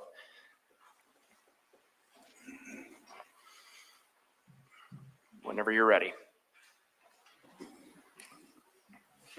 Matt, I need your help.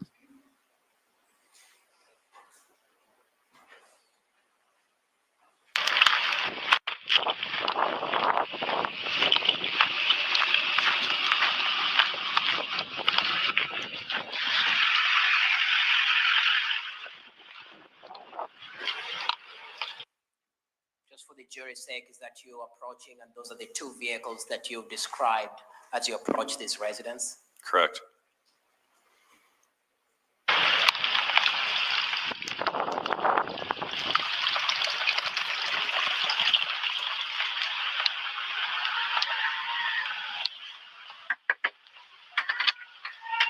Sheriff's Office. Oh God, thank you for changing it. I just don't want to show the naughty thing. I just keep I don't understand. I buy batteries and then they die. They don't work.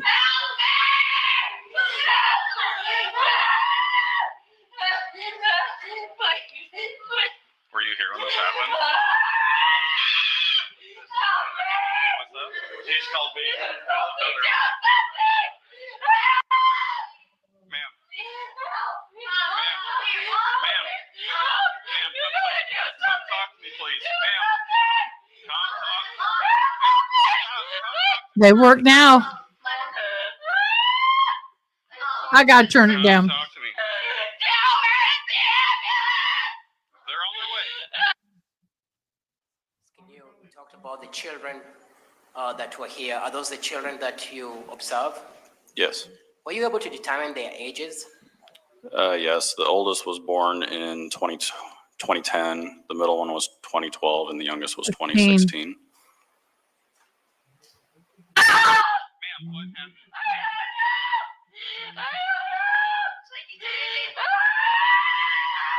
When you're talking to her, is that you asking what happened? Yes, And the response is, I don't know, I don't know. correct. At that point, does she know that you're an officer, you're dressed in your department-issued uniform, and you're appearing as a deputy sheriff? Yes, So when she's saying, I don't know, she knows you're an officer. yes, I was in uniform. You think she could maybe work in movies?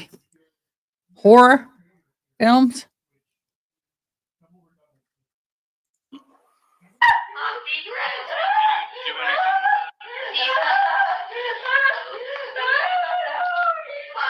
Saving Private Ryan, comma, Once Loretta Cooper, comma, The Shack, comma, Elizabeth, We can see both the presence movies, of comma. a dog. I love all Yes. kind of war Were you able to movies. observe the dog? Adore Yes, it was Braveheart. laying on the floor when I first walked in. Do you know what type of dog it was? I'm not sure, it might have been a Rottweiler. They're coming. Can you stay in here for me, boys? Yep, that's perfectly fine.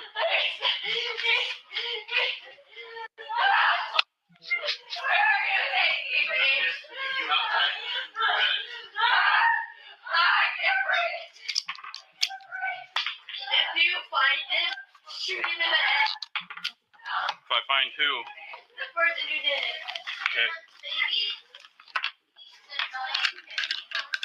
Who just talked to you at that point? Is it the eldest child? Yes, The one who you believe was born in 2010? correct. If he tells you if you find him, shoot him in the head. Yes. You guys have security members, like, watching tonight. What are you doing at that point, sir? I was clearing the weapon. Is that the weapon you've testified that you found that was in the on that? I could feel some tapping. Correct. Was that him clearing the weapon? You're clearing it because at that time you don't know if it's the weapon that's been used. Correct. Yep. Can you boys shut the door for me? Can you hang in there? I'll be right back with you, okay? You guys have, like, security to watch. Yep. County 10.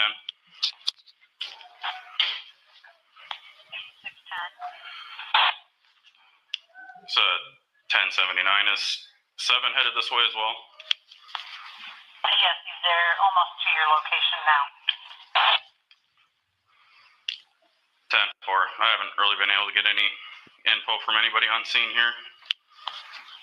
She's too I hysterical. was able to get the name of the subject, and also the name of your reporting party is Karen, and he's a firefighter for that area, so it's not your best bet.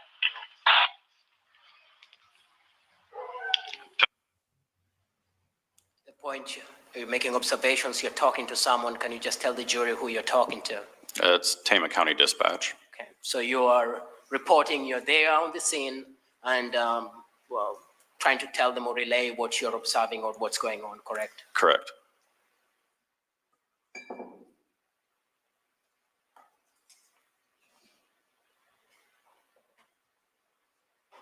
Ten four. 723. County Director 446.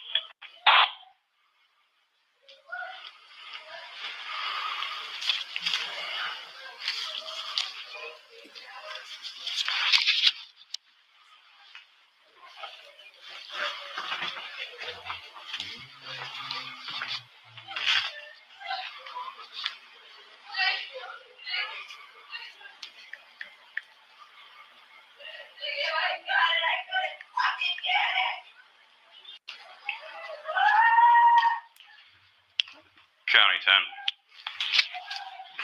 10. Bruh.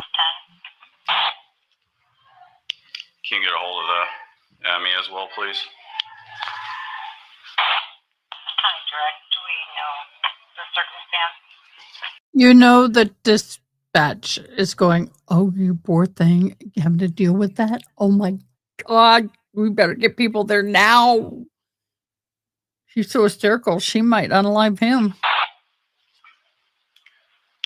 Gunshot. Yeah, Pikachu, that really upsets me. County Direct. No, she didn't. Oh, I would be taking care of my kids. I would be kind of upset, shine but my your kids light will and come you've walked first. through the rooms. Is that fair enough to say your testimony as you enter the kitchen? It's a mudroom. There's a kitchen, right? Correct. And then can you just describe the jury where the bedroom is? To get to Ryan Cooper, how would someone need to move to get there? I came through that door I did, through the kitchen. It opened into like that dining room-ish area. And then it turned into kind of a little hallway. To the left was a bathroom, to the right was bedrooms, and then he entered through into the living room. Now, pause this video. Does the defendant give you any information over what really happened? No, not to me. Play another part of your video.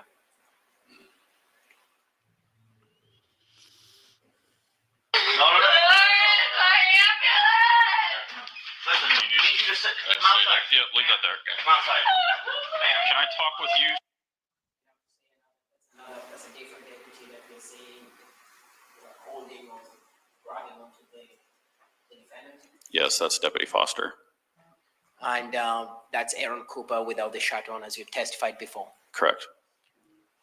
Somewhere. I need you to come outside. I don't know where a good spot is. You said you're brother. Yeah. Did she call you or how'd you? She called me. What's that? She called me like that. She called you like that? Just somebody's in my house. Mom, real quick. Just a minute, buddy. She called you hysterical that he's been. Somebody's in my house. Somebody's in your house or in the house? Somebody's in the house got hysterical. Okay. How long did you get here before I did? Okay. Called at 4:30. Okay. Then I hung up. Then I tried to call back. Got her back. Got the same thing from her. And okay. You live right down the 2 miles, a mile down the road. Okay.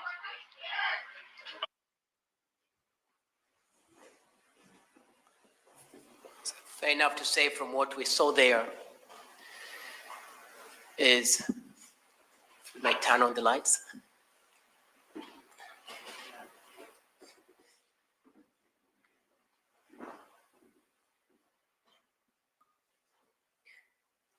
Deputy, fair enough from what we saw there, you talked to Aaron Cooper. Yes. You're getting a timeline, Yes. which is important in your investigation, correct? Correct. And you understand from Aaron Cooper that Karina called him at 4:30 a.m. Correct. And we talked about the house. Next part of your testimony, we're gonna talk about it with the assistance of the next exhibit. Your Honor, by agreement of the parties. The agreement of the parties, the state will move to admit exhibit 313. Any objection to 313, Mr. Hawbaker? No objection, Your Honor. All right, exhibit 313 is admitted.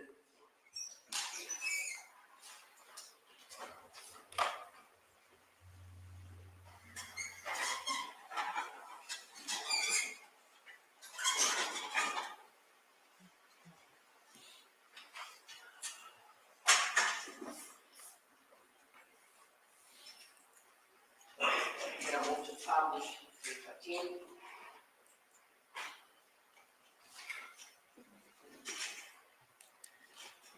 $315, did you say? 313. All right, you may. Kind of already has, but.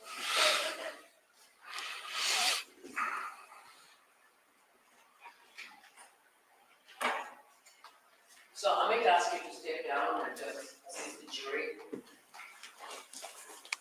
Your testimony to the permission of the court. Yeah, why don't we turn on that microphone there?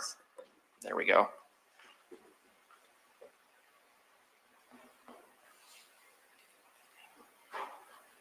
Use this one. Should be good enough.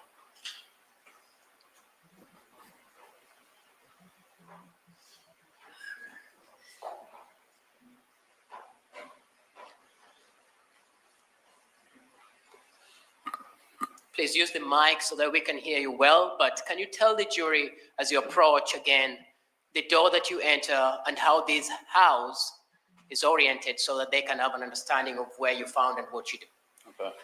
I approached up the driveway. This is the first door I passed. I saw that it probably went just to the garage, so I continued on to the front door here. If you can be a little loud. So the garage door, does it only go to the garage? I don't know if there's another, I assume it, since it's attached, it probably opens up to the house, but I just saw there was garage, so I moved on to the next door. Okay. As hell frozen. June, you and Ron, my hearing aids, you and Ronnie actually are agreeing on this case. That's history in the making. Y'all remember this. Remember this day in history, July 2nd, 2025. June and Ronnie actually agreed on a case. Hell So has what door do you frozen. use to enter? I went in this main front door, took a right to enter the kitchen, is where I met Aaron. And then he led me through this hallway where there's the bathroom on the right. And then bedroom one is where the I told the kids to go into after I talked with them, and then we entered the living room.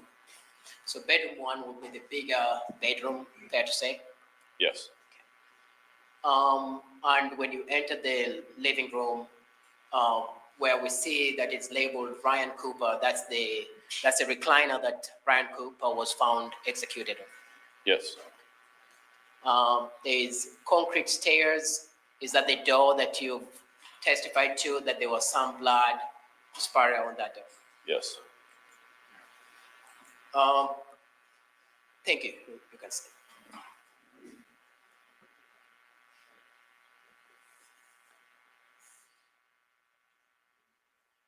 Have you investigated casing? I'll wait for you to say. Have you investigated cases involving break-ins? Yes, Thank you, Ada. As you're looking into this house, when you walk in, when you're making your observations, did you notice any signs of forced entry? no. What were you looking for? Damage to the doors, damage to windows. Did you notice any sign of an intruder in the house? No,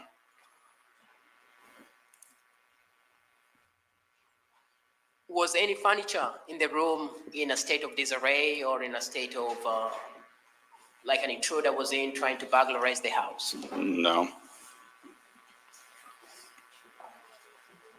The door, you've talked about that door in the living room next to Ryan Cooper. Did you notice any signs of a forced entry on that door? no, Did the windows appear to have been broken into by an intruder, or they all appear to be intact as they are meant to be? I believe they're all intact.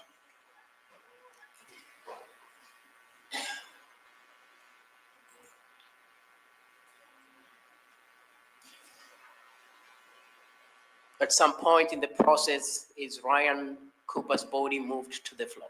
Yes. What was the reason for that being done? After EMS arrived, they were discussing it more as a potential medical issue than gunshots. So we moved him just to verify if there was a firearm that had slid beside him or underneath him or. Fair to say, because of the coagulated blood, it was hard at time for you first to initially find if it was a gunshot or not, correct? Correct. And EMS, everyone was confused because of the nature of the blood. They were confused by something. I don't know if it was the blood or if swelling or something changed that it looked different than when I first got there, I think. So we moved him to the floor to be able to access. Objection, Your Honor. You may. Leading. He's royally leading. So, hence the objection. Once upon a time. Sidebar. Once upon a time. Yeah, royally leading. Leading. I'm getting a weird feedback in my You ears. may And resume. it's driving me I'll crazy. move on to the next question. You may. We saw your video as you approach the scene, as you arrive on the scene, and as you see Karina Cooper on top of Ryan. When you saw her on top of Ryan Cooper, was she rendering any aid to Ryan Cooper? No, Was she attempting CPR? no, Do you see any behavior from her, like checking his pulse, checking how he's doing, whether he's breathing? I'm an objection, Your Honor. This is leading, and it also calls for speculation. He can say to what he observed, not what the observations meant. The objection's overruled. Did you understand the question?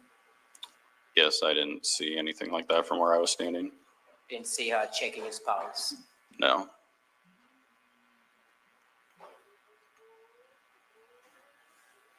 You seen anyone in a sign that you've responded to behaving the way she was? no,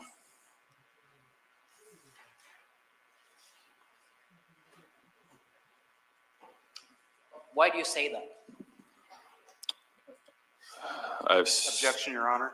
Speculation. Objections overruled. I've come across the screaming and the hysterics. I haven't seen anyone sitting on top of the deceased. Covered in blood? Correct. Now, That is weird. based on all your observations, did anything that you saw or in your investigation support the theory of an unknown? Overruled. Anything that you observed support a theory of an unknown intruder coming in and shooting Ryan? No. I have no further questions for this witness at this time. Mr. Hotbaker, cross-examination.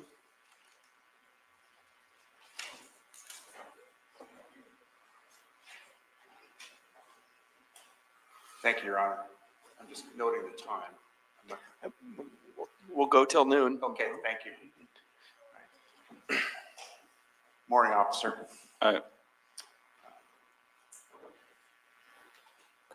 You've been in law enforcement for how long now? Like 15 and a half years. Okay. And part of being in law enforcement, you went through the academy, and so you've been trained in investigations and that sort of thing. Yes. And part of the idea of the investigation is you want to do the best you can to have a picture of a scene that you arrive at as it lay before it's disturbed. Fair? That's fair. And so things like when you're taking photos, you want to take a photo of, say, where a phone was at before you retrieved it, right? Correct. You want to take a picture of where a gun was at before you retrieved it and secured it. Correct. And when I say secure the scene, is that you're understanding that that means you want to make sure that the scene remains unmolested, that things don't get moved or changed. Yeah, to the best of our abilities, we try to. Yeah. And so when you first arrived at the scene, you would have had Mr. Aaron Cooper there, correct? Correct. Miss Cooper, Karina, Correct. their children. How long total were you at the scene? I think I left to go back to the sheriff's office around 7:06, so shortly after 7 in the morning. And we know that Deputy Foster arrived on the scene as well, so he was there. Correct. And I believe EMS arrived as well. Who came from EMS? It was 2 personnel with Traer. Okay. And at that point, it's fair to say, isn't it, that the scene wasn't secured in the sense that people were stepping into the living room, presumably stepping into the blood, that sort of thing, right? Yes, it was only people we allowed in, though. Okay. And when it comes to something like a shell casing, those things can, and when they hit the ground, they can bounce, right? Yeah, bounce roll, yeah. Okay. Can get kicked around if there's a lot of movement. We've learned before about people are this actually looking before, for haven't them, we? Right? Yes.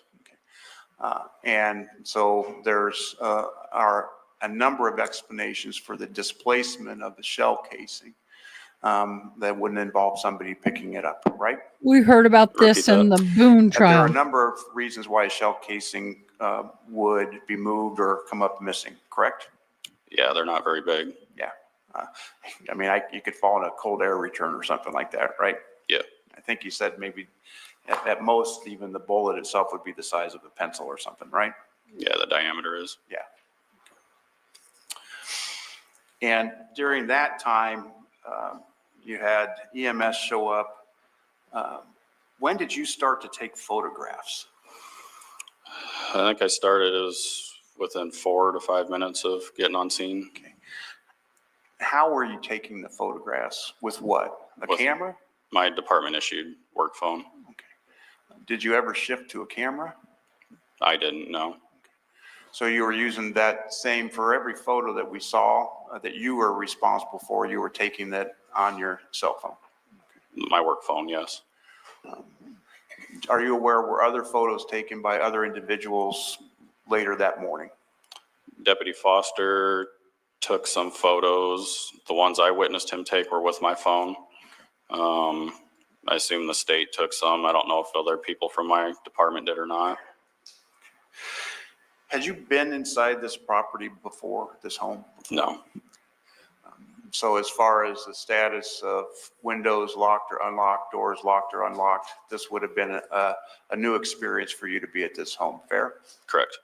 And you weren't there earlier that evening to know the status of any windows or doors or things like that, right? Nope. The only thing I know is when I got there. Okay.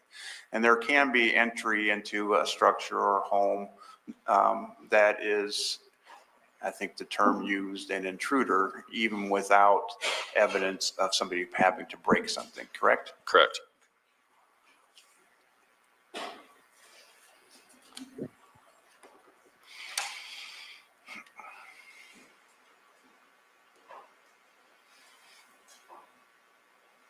There was some talk about the swiping. Basically what you saw is blood displaced on the floor, right? Correct. And how that displacement happened, it might have been a shoe, it might have been a barefoot, it could have been any number of things with the number of people that were at the scene. Fair? Fair.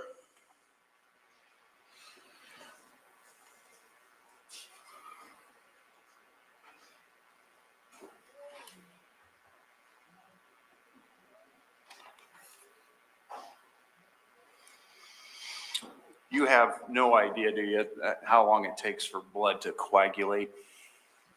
I know it's not instant, but whether it's 5, 10, half hour, I don't know. Or even the number of seconds before it starts to change characteristics as soon as it's exposed to oxygen, right? Yeah, it starts that process. Like I said.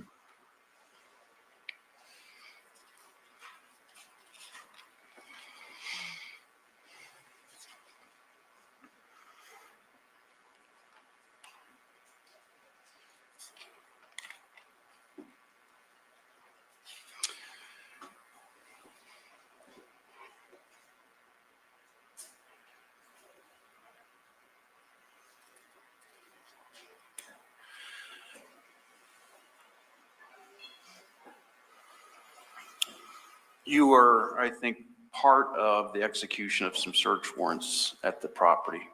Is that fair? Yes.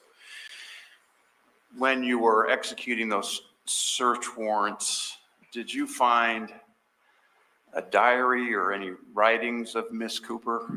No. Did you examine any Kindles or books or anything like that to see what types of books she might have been reading? No. Did you examine any computers that were seized for emails or anything like that? No. So at the time that you were doing the investigation, when I speak of a diary or a journal, you don't have any pieces of paper, any notations, any documentations that show planning of any sort? I don't know. Okay. Or the time that Mr. Cooper was killed? No. No discussions about the manner in which Mr. Cooper was killed? What do you mean? No discussions in writing or documents or anything from your part of the investigation that would show an agreement of the manner of killing Mr. Cooper? No.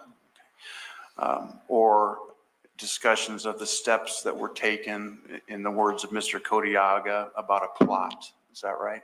I don't have any knowledge of that.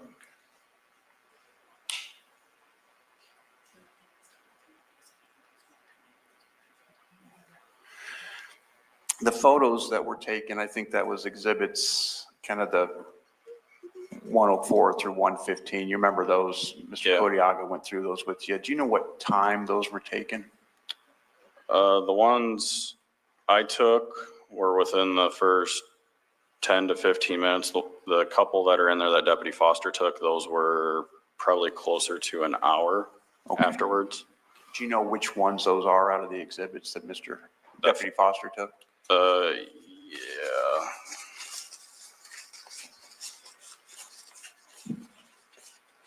They are 112, 113, and 114. Can I approach, Your Honor? You may.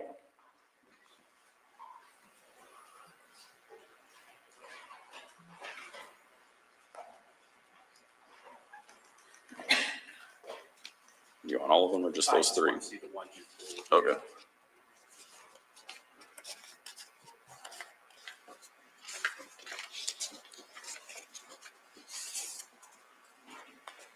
Y'all quit talking about the judge and how cute he is in front of me. Oh,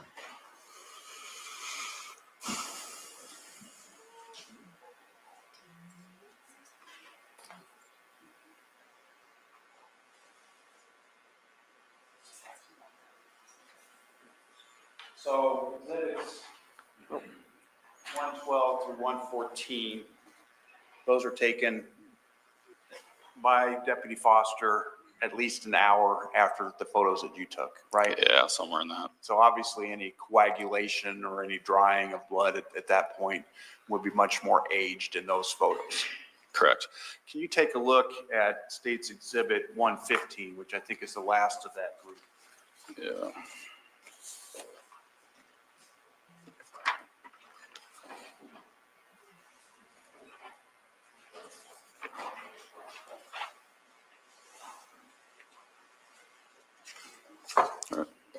Did you take that photo? Yeah, I believe I did. Are you sure? I'm pretty sure. I remember looking at that cabinet or end table or whatever it is.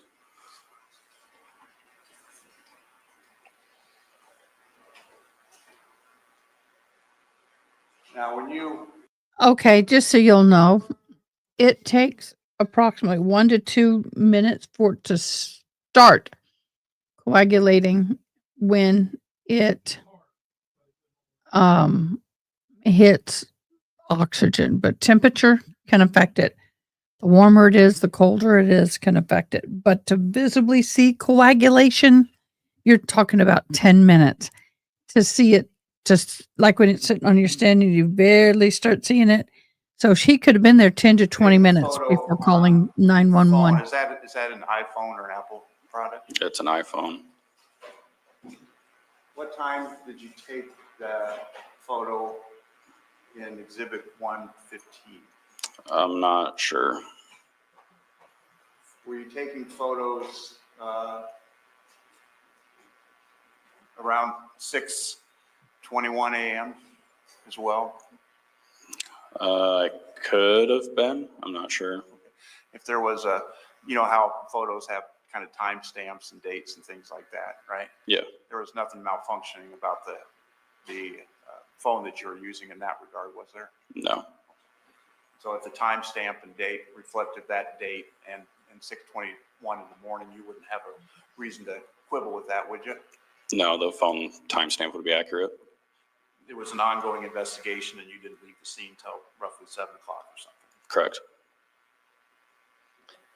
I think, Mr. Hawbaker, with that, we're right at noon, so, you about done? I was going to say no further questions. Well, even better. Even better.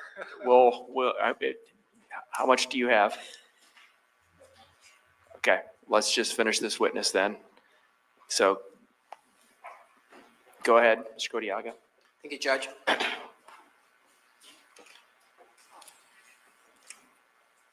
You were asked, Deputy, about the scene being disturbed, correct? Correct.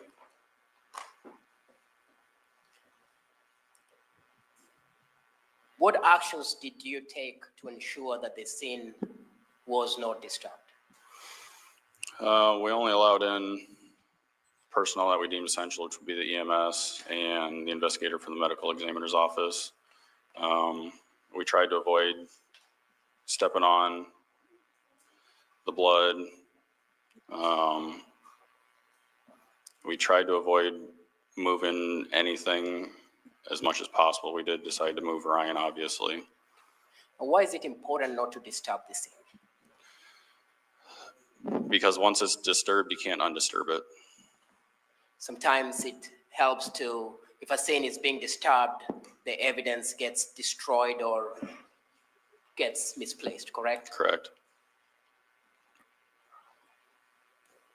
When you arrived at the scene, you located Ryan Cooper dead, correct? Correct. But you did find the defendant sitting, as your video shown, on Ryan Cooper. Correct. You also did find her, as you testified and as the video shown, that she'd covered her face with the blood that was coming from Ryan Cooper. Objection, Your Honor, beyond the scope of cross. Overruled, you can answer the question. I was going to say, I no, it's observed not. blood on You her opened the face. door. I can't testify to how it got there. Does that blood being on her face, does that disturb the scene? Her actions of sitting and touching and moving Ryan Cooper disturb the scene? It could, yes. Was Aaron Cooper sitting on Ryan Cooper? No, Was Cade Cooper sitting on Ryan Cooper? not that I saw. Any of the other children moving or touching the dad who was dead? Not that I saw. Only the defendant was touching Ryan Cooper. Correct. You asked about electronics and items that were seized. Fair to say that a lot of electronics were seized from this house. That a lot were? That some electronics were seized from this house, Yes. including what you've testified to as the defendant's phone. Correct. You're not the person who's in charge of examining the contents of these electronics. Fair enough? Say that again. You are not the person in charge of doing a forensic examination of these electronics. I am not, no. In fact, as you testified, your department invited the DCI unit to come and help with the investigations. Correct. So this was a multi-department investigation taking place. Correct. And other officers were in charge of examining phones, examining items that were seized from these residents. Yes. I have no further questions for this witness. Any recross, Mr. Hobbaker? None, Your Honor. All right. Thank you, sir. You may step down. And ladies and gentlemen, we will take a lunch break. I would ask that you be back ready to go at 1:30. I'm going to remind you again of the admonition that I gave previously. I will tell you that, it's a busy courthouse. We've got a lot of people here, including people in the courtroom. Just going to highlight a couple things. Again, not to talk to anybody, even if they want to talk to you about this case. And when you're not here, other than using the restroom, I'd ask that you remain kind of in the jury room area so as to avoid contact with other folks. Love that clock.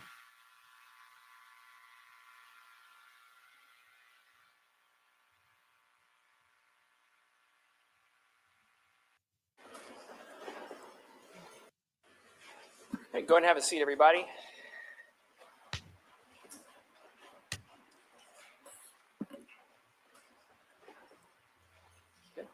Yeah, no. All right, welcome back, everybody. I hope you had a good lunch. So we're back on the record. We have the jury, counsel, and parties all present. And we had, before lunch, finished with the testimony of Mr. Fangman. And at this point, is the state prepared to call its next witness? The state is prepared to call our next witness, Your Honor. The state calls Deputy Travis Foster. All right.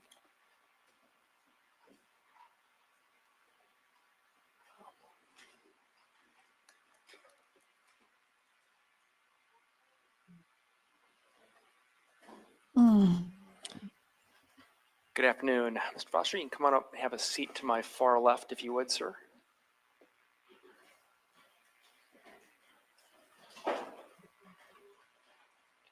So there's a microphone on there. If you could turn that, there's a little button at the bottom there. Nope, on the top.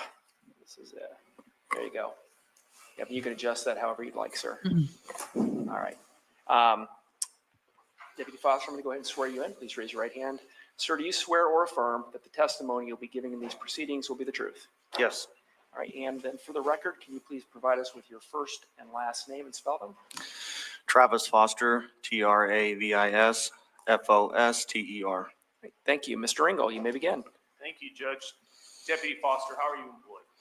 I am employed as a deputy sheriff with the Powashik County Sheriff's Office How long have you been so employed? for 3 years. How long have you been employed in law enforcement generally? Almost 9.5 years. Could you just briefly outline for the jury your education and training that qualifies you for that work?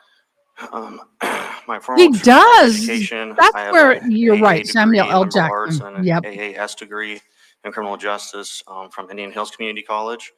I also have a Bachelor of Arts degree in interdisciplinary studies from Iowa State University, and I have a Master of Arts degree in criminal justice from Arizona State University. Can you talk a little bit about your training that you received as a member of law enforcement? Yep, I started law enforcement in 2016 and graduated the Law Enforcement Academy in October of 2016. Since graduating, I've completed an additional 620 hours of training to include multiple courses in interview and interrogation, search warrant writing, advanced OWI detection, and training in various types of criminal investigations to include narcotics, financial exploitation, sexual exploitation, and homicides and missing persons cases. Okay. Can you talk a little bit about your duties generally? Currently, I'm assigned to night shift patrol, so I respond to calls, take reports, and do my own investigations.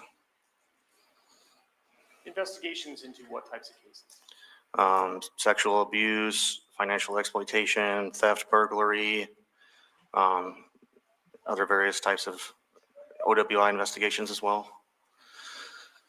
Were you employed by the Tama County Sheriff's Office in 2021? Yes. Were you on duty on the morning of June 18th of 2021? Yes. Were you dispatched to an address at K Avenue? Yes, I was dispatched to 1846 K Avenue. Do you remember about what time that dispatch call came in? 4:39 a.m. What was the nature of the information that you received? Dispatch advised us that someone had been shot and that they were currently bleeding. I'm going to ask you to slow down just a little bit, maybe move that mic back just a little. Thank you. Just have a little bit of trouble understanding you. If I understand correctly, you said dispatch advised that someone had been shot and was currently bleeding? Yes. Did you have any other information at that time? They stated they were trying to get more information, but it couldn't get anything from the reporting party. With that information, what did you do? I responded to the scene. What's the first thing you observed when you arrived? When I arrived on scene at 4:46 a.m. and walked up to the entrance of the residence, I observed two adults, one male, one female. The male was later identified as Aaron Cooper, and he was consoling the female who was identified as Karina Cooper. So the first thing you did then is you arrived on scene, you walked towards the house, and you see these two individuals, Karina Cooper and Aaron Cooper. Yes. Did you attempt to engage with them? Yes. For what purpose? I asked Aaron what happened, I asked him where the other deputy was and where the victim was, and he advised that Deputy Fangman and his brother were inside the residence in the living room. This is implied by your response, but other members of law enforcement were already at the scene. Deputy Fangman was, yes. Do you recall what time you arrived at the scene? 4:46 a.m. Were you able to obtain any information from Karina Cooper at that time? No. Explain. She was hysterical, and I would consider inconsolable at that point, so I didn't attempt to talk to her. Aaron Cooper advised you that Deputy Fangman was inside, Yes. that his brother was inside as well. What did you do then with that information? I went inside, walked through the kitchen, the dining room area, and made contact with Deputy Fangman inside the living room and observed the victim deceased in the recliner. What were your initial observations of the scene? After briefly speaking to Deputy Fangman, we both went over to the deceased and I observed that he had blood coming out of his nose, his mouth, and his ears, and that there was a large pool of what appeared to be blood that had started to coagulate or dry, and then there was also blood spatter on the wall behind the recliner. You saw blood spatter on the wall behind the recliner. You saw blood on the floor that you said you believed had started to dry. It appeared that it had started to dry, yes. Did you make any observations of Ryan Cooper himself? He was deceased. and had blood coming out of his ears and his mouth and his nose. Any observations of the blood that you observed on his person? It was on his face, on his body. Did that appear to be dry or was that more wet? Both. Both? Yeah. Some appeared on his face appeared more dry.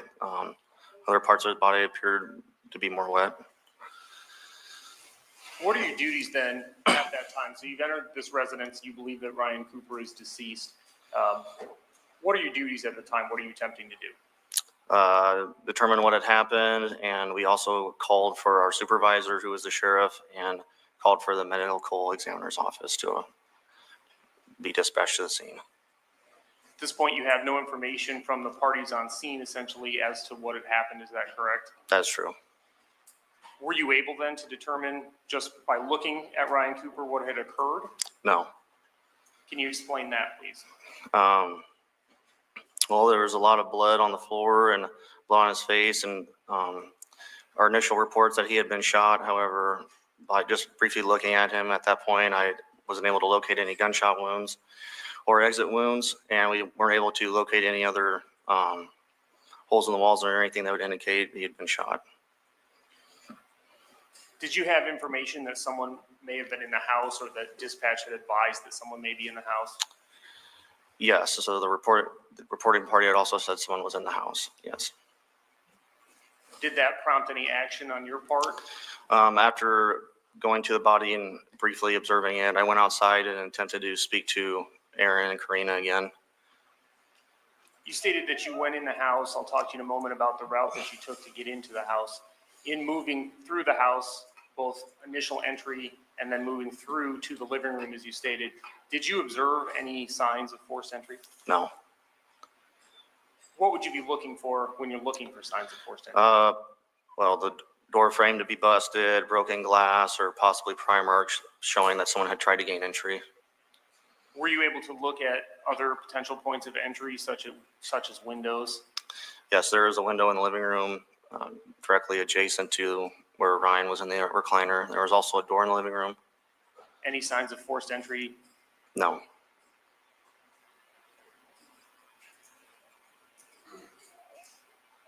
There's a door, we've heard some testimony already, behind where Ryan Cooper's body was located, correct? Yes. When you arrived, was that door open or closed? It was closed. At any point, did you open that door? No. Did you ever, during the time that you were on the scene, observe anyone go in or out of that door? No. No, you didn't observe it, or no? No, I didn't observe anyone go through that door while I was on scene. Thank you.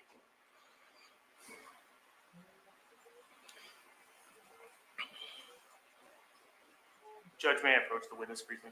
You may, and you don't need to ask again Thank you. with this witness.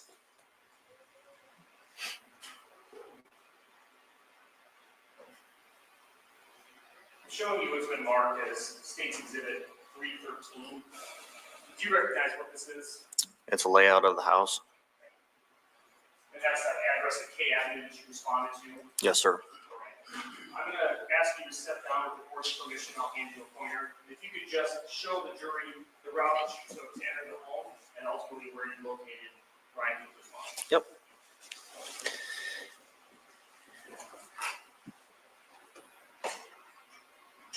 Mr. Engel, could you maybe turn on that mic and point it kind of that way?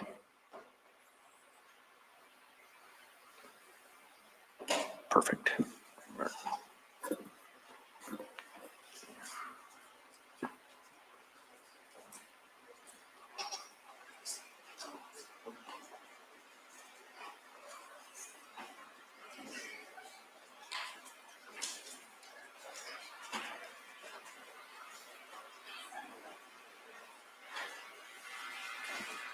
All right. You stated that you arrived at the scene and entered into the house. Could you show the jury which door you used to enter? All right. And then you proceeded through the house to Ryan Cooper. How did you get there?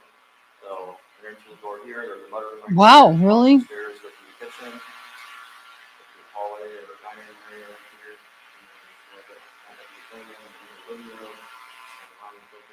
I can't. There's no captioning.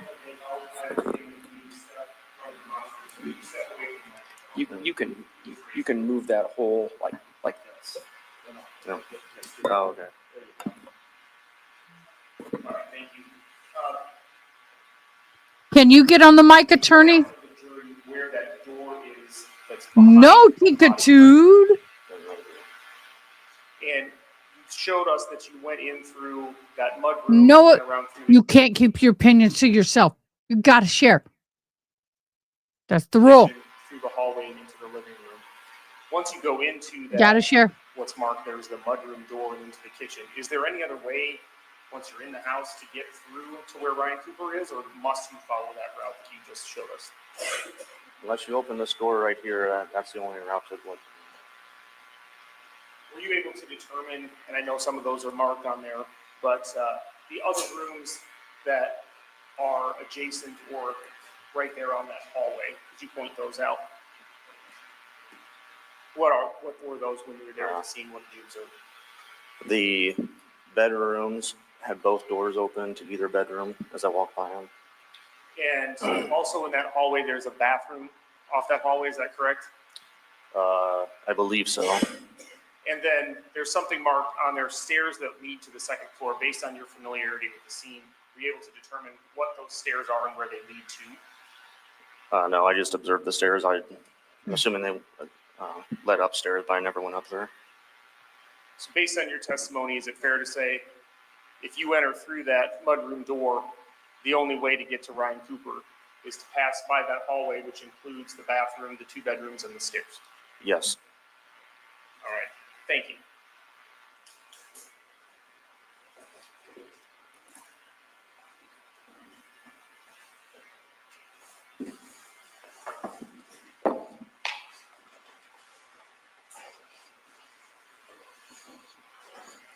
So you stated when you initially arrived on the scene, you engaged briefly with Aaron Cooper. You did an attempt to speak with Karina Cooper. At any point, did you try to talk to Karina Cooper about what occurred? Yes. For what purpose? To try to determine what had happened since she was a lone adult in the house when it occurred. Were you able to get any information on her? Initially is very hard to because of how hysterical she was, but she did eventually provide information. You said she did eventually provide information? Yes. What was she able to tell you when you initially spoke with her? After escorting her to my patrol vehicle, I asked her what happened, and she said that she had initially Maybe heard a in jail, noise, a didn't have loud a noise choice. in the I'll be right house, back. and that's what had woke her up. So she exited her bedroom and went through the living room and peeked into the kitchen and didn't see anything. She then returned back to the living room and thought she heard a noise or a snore or something like that. So she turned on the light and observed Ryan deceased in the bed, in the recliner.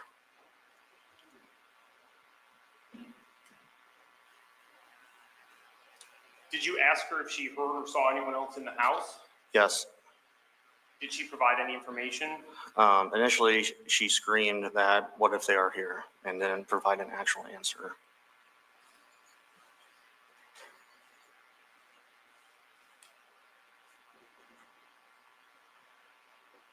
Was the information that she had provided you consistent with anything that you observed at the scene, or had you not made any determination? At that time, I hadn't made a determination about what had happened yet. Did you make any efforts to obtain further information from her? Yes, and she stated that after she initially saw Ryan, she had noticed that her other son had awakened, so she took her son and brought him into the bedroom where her other kids were and attempted to get her gun out of her safe, but was unable to. And I know you were just using the demonstrative there. She told you that she had taken her son with her other children and herself and locked herself in one of the bedrooms. Is that correct? Yeah, she said she didn't say she locked herself in there, but she said she retreated to her bedroom in an attempt to retrieve a gun out of her safe for self-defense. Were you able to determine which bedroom she was talking about? It would have been, I believe, bedroom 1 on the poster. Judge, I'm going to put the demonstrative back on. Okay.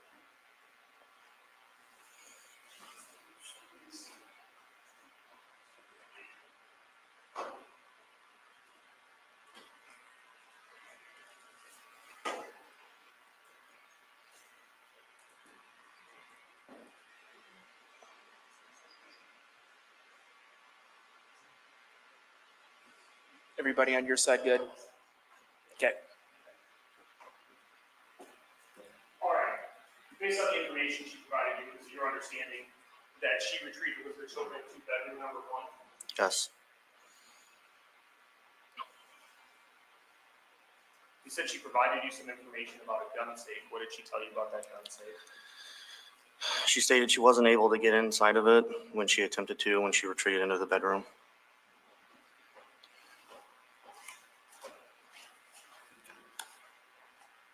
Did she tell you anything else about the gun safe? What type of gun was in it? Why she was trying to access it or anything like that? No, she didn't advise what kind of firearm was in or anything like that. We've heard some testimony that there was a dog on the property. Did you observe this animal? I did. Did you talk to Ms. Cooper at any point about the dog? No. Did she make any comments to you that you recall about the dog? She stated the dog was barking. Did she tell you when the dog was barking? No, she just stated the dog was barking. Was that in relation to her story, the version of events that she gave you? Yes. Yes. So at this point, the information that you've received from Ms. Cooper is essentially limited to what you've testified to. Is that correct? Yes. With that information, did you feel that you had any understanding of what had occurred? Between what was reported and what she had told us, no. Did you ask her further follow-up questions then regarding, for instance, the noise that she had heard? Yes, I asked her if what she thought had fallen could have been a gunshot, and initially she said she didn't know, and then after briefly speaking with Deputy Fangman, I asked her that again, and she said she didn't know. She had never heard a gunshot before except maybe on TV, and then I inquired about her owning a gun, and she stated that she had never shot the gun that she had tried to retrieve from the safe. So she stated she'd never even heard a gunshot? Yes. Except maybe on TV.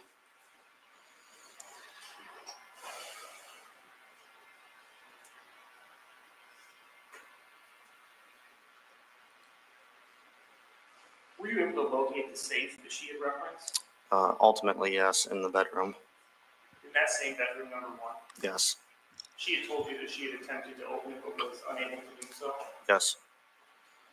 Did you yourself make any attempts to open it? Initially, no, but we eventually went back into the bedroom and we were able to get the safe open. There were 2 safes. One was in the bottom of the bedroom that was already, we could open freely. And then the safe that had the firearm in it was on top of the attic. And we were able to open that as well using my own fingerprint, so. Okay, just want to make sure I understand your testimony. So you located the safe that she referenced. You made an effort to open it, and you stated you were able to open it how? I put my thumbprint on it and it unlocked. Did you have any passcodes or keys to that No. safe? No, we had Aaron go ask her if she knew the passcode or anything, and Aaron came back and told us that he hadn't been able to get any information from her regarding any of that.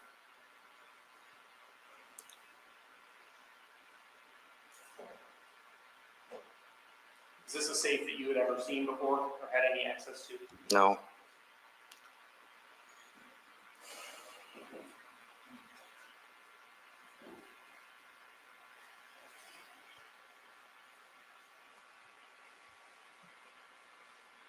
Were you wearing a body-worn camera on that night? I was.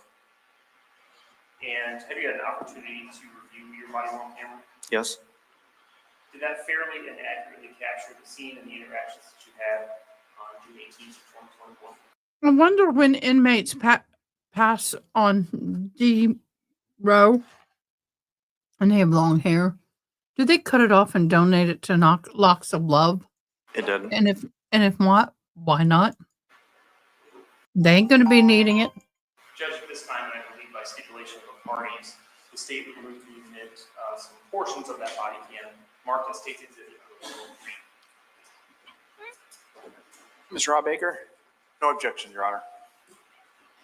The state would also move to publish. All right, then State's Exhibit 103 is admitted, and we'll see if we can get the publication.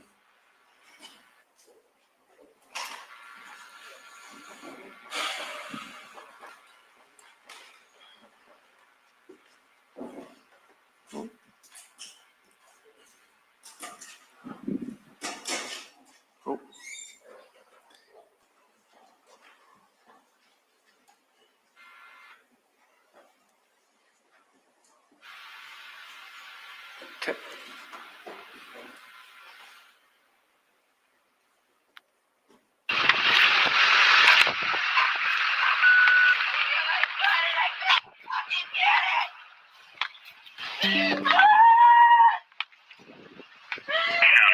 Are you the firefighter? What happened? She said, Where is the ambulance? Where's the guy with the gunshot? my brother's in the living room. With the other deputy? Yeah.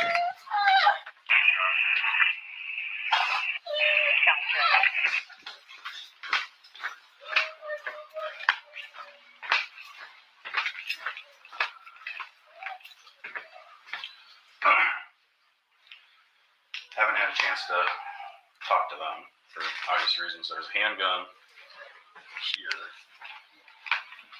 Okay. That was loaded, Okay. but I haven't found one by him, so I.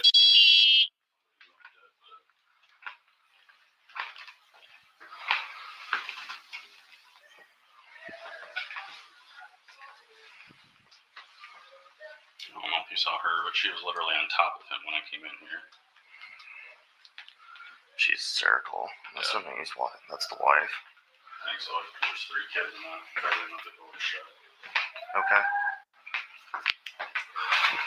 Well, call the ME and we get gloves and tell them to get hold of Dennis. County 7.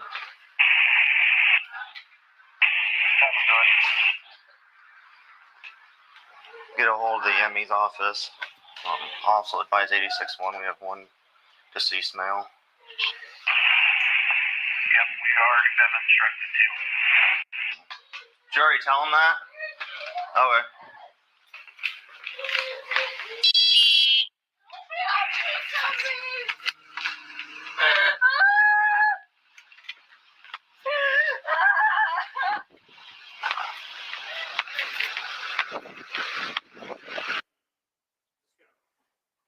Pause it right there. This is your initial response to the scene, is that correct? Yes. That shows entry into the house, taking the route that you had described. Yes. What steps are you taking? It sounds like you had referenced contacting the ME. Who's that? Yes, the medical examiner's office, and they would send their death investigator to assist.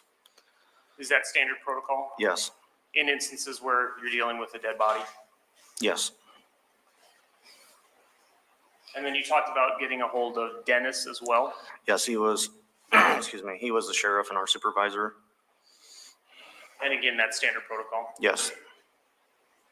What are you doing now as you've left the house after making your initial entry? I'm going to get gloves and I'm going to come back and talk to Aaron, or attempt to talk to Aaron and Karina.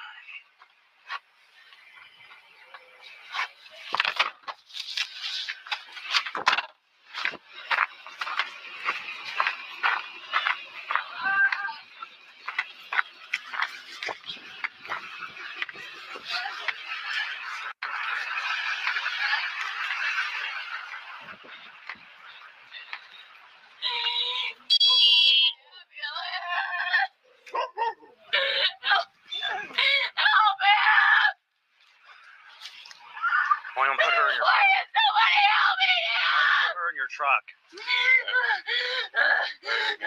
shop. Huh? Or you can put her in the shop. Right here? No, Oh. Where's the kids? Why is nobody help me now? What's her name? What's her name? Karina. Karina. Your kids are in the bedroom with the door locked, okay? Is that your brother in there? Is that what you said? Did you already go in there?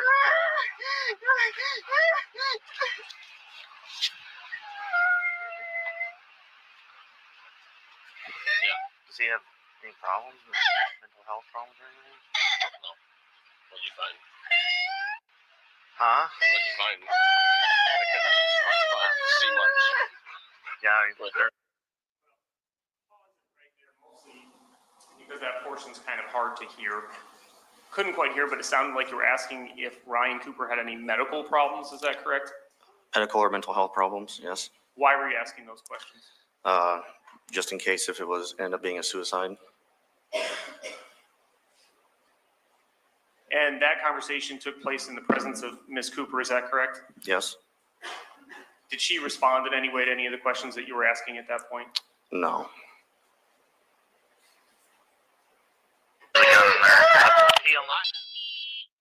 She said somebody was in her house.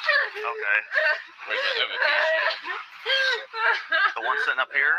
yeah. That's your gun? Ammo? Yeah, that's mine. Okay.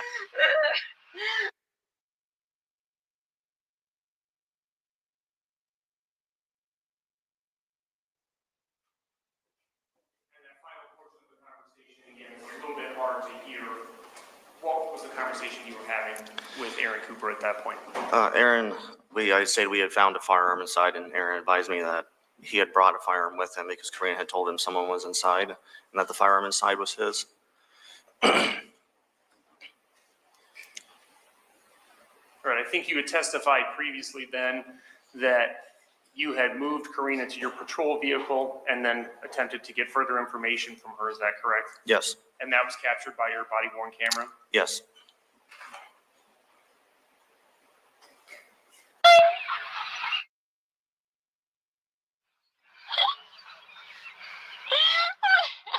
Karina, I need you to tell me what happened. Can you tell me what happened?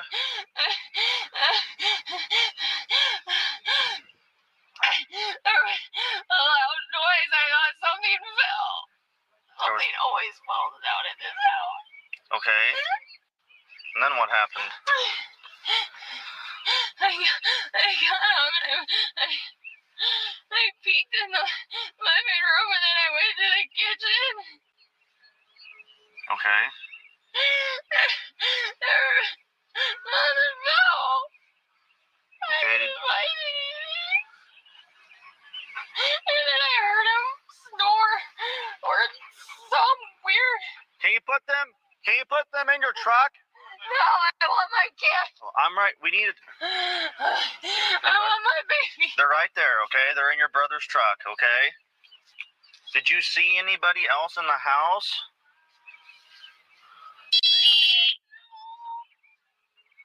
No. No. He made a noise and I turned on the light. And then that's when he was there. It's everywhere. Okay. But you didn't hear or see anyone else? No, what if they're here? What? What if they're here? I don't.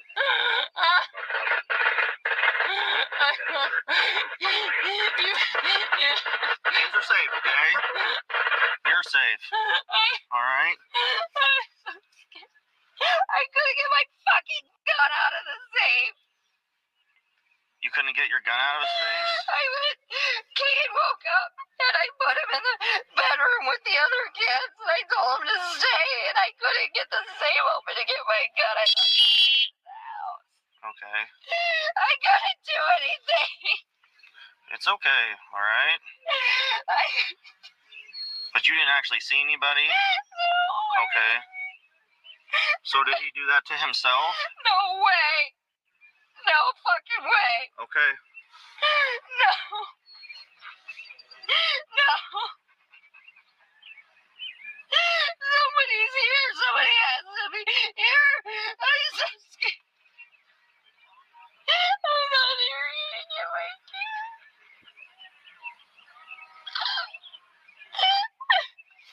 I can't breathe.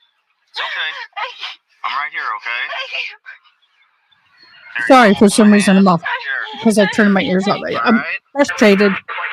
He's frustrated because she is not calming down and he needs information and she's hysterical and she won't shut up and get herself under control.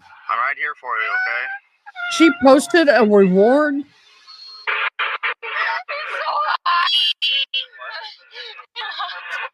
I know it's hot, okay?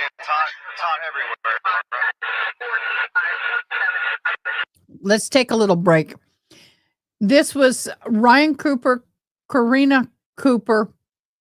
I don't know what format this is in, but thank you so much who posted this, my mods.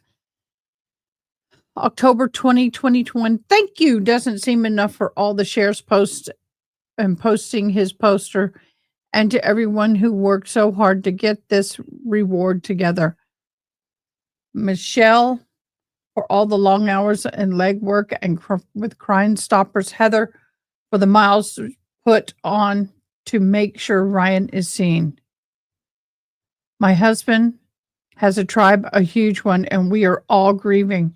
Don't confuse quiet with complacency. Some days the grief just overcomes.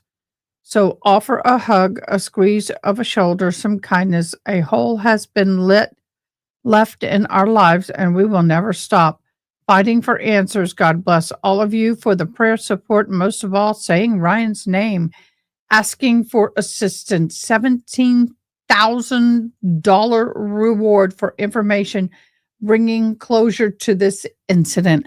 Well, who's going to get that reward? Who's the lucky soul who got the reward? So you heard something fall, and then you came outside. You put your kids. Hold on 1 second. 1 second, okay.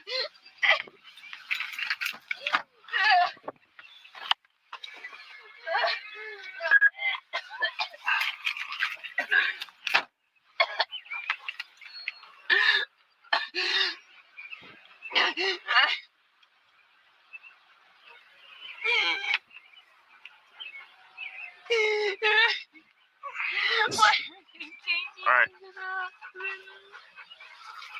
I hear dog. Is there a dog? So you heard something drop. You put your kids in the bedroom, right? Huh? My kids sleep with me too. Okay. So you heard something in the house, and you put your kids in the bedroom. They were already in the bedroom with me. Okay, so they're in the And I bedroom. heard something, and it Okay. scared me. Okay. And I got up, and the dog was barking. Okay. Why did I go to the kitchen? I don't know. Why did I stop? And you came out, and he was like that. I looked right in there, and I saw him laying there sleeping. Okay. I went to the kitchen to see if something fell. Okay. And I heard him snore.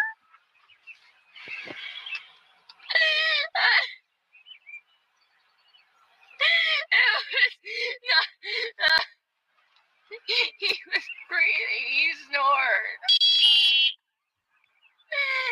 And I turned on the light, and I saw him. You turned on the light, and you saw him.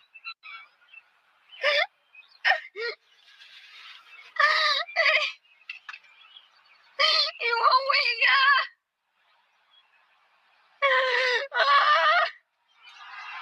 I want to go. But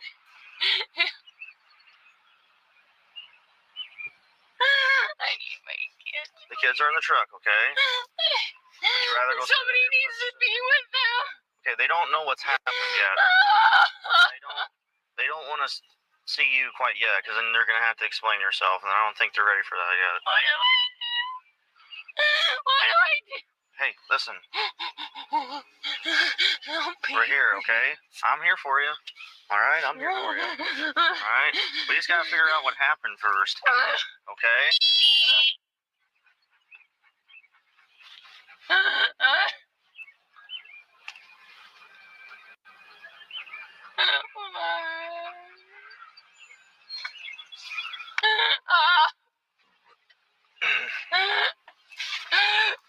You want to stand up? Yeah, I need air.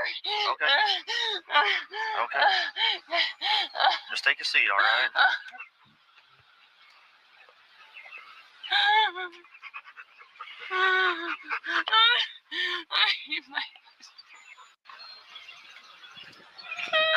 Could the thing that you thought fell possibly been a gunshot? Oh my God. Okay. It was loud. Was it real loud? Okay.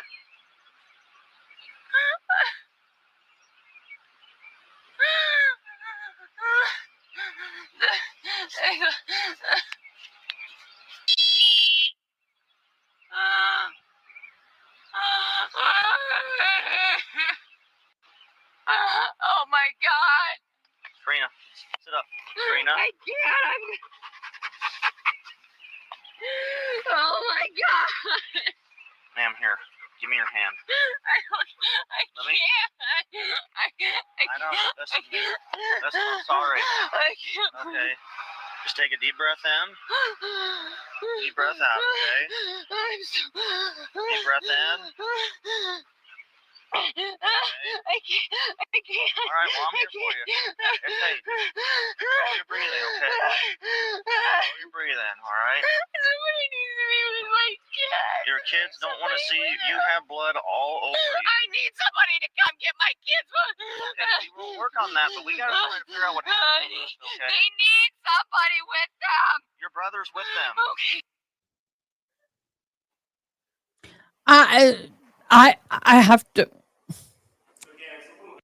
I have to be honest. I've been on scenes like that, and as the chaplain, it's my responsibility to help get them under control. They probably could have called for one right about then, because believe it or not, we have skills to help calm that situation a little bit and work as a go-between. And I'm shocked they did not call for a chat. Difficult to hear, but my understanding is that she stated in retelling her story that she heard a noise. She came out to the kitchen. She looked out the kitchen. I guess prior to that, she had peeked into the living room but not seen anything. Then when she went back to the living room, turned on the light, is when she saw Ryan Cooper. She stated, is that correct, that she heard him snoring? She said she thought she heard a noise or believed he might have been snoring because he had breathing issues.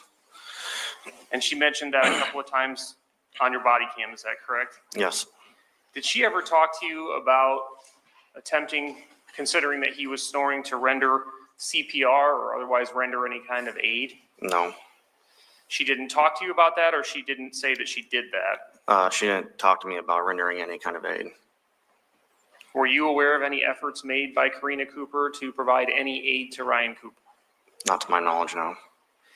She said a few times, what if they're here, and made references to someone potentially being there at the property. Did she ever provide you with any specific name of anyone she had any particular concerns about? No.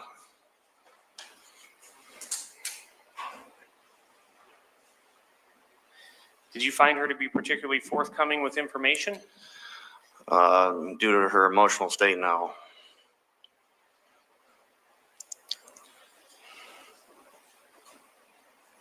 Yes, people do act very differently, but this has I think you gone had mentioned on. that there was a little bit of Usually further you calm conversation down with a her little bit. about a gun safe. Is that correct? In my humble experience, a lot of times what happens is, and I know I spilled food on me, a lot of time what happens is there ebb and flows.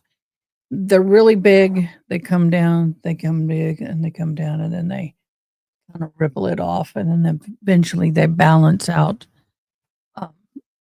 This hysteric for as amount of time as this is going on is just not what I've experienced. Yes. Not to this extreme. Karina.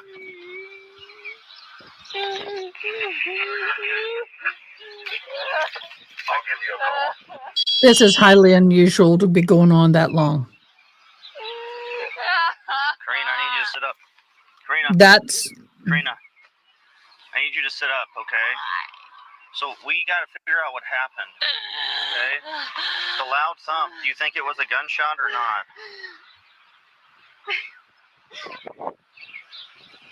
I know this is hard, okay, but...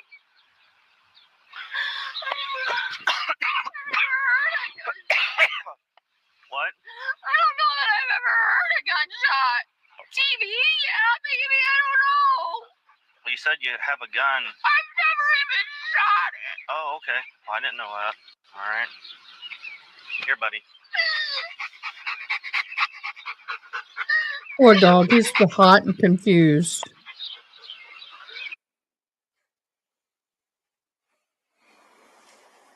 All right, so you referenced the gun safe and the gun that you had attempted to retrieve. She stated that she's never fired that gun. Is that correct? That's correct. Mr. Engel, are we done with this at this point? Yes, Your Honor. All right, I'm gonna go ahead and clear it then.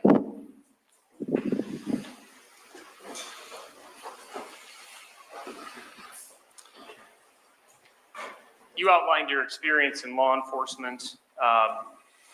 Based on that experience,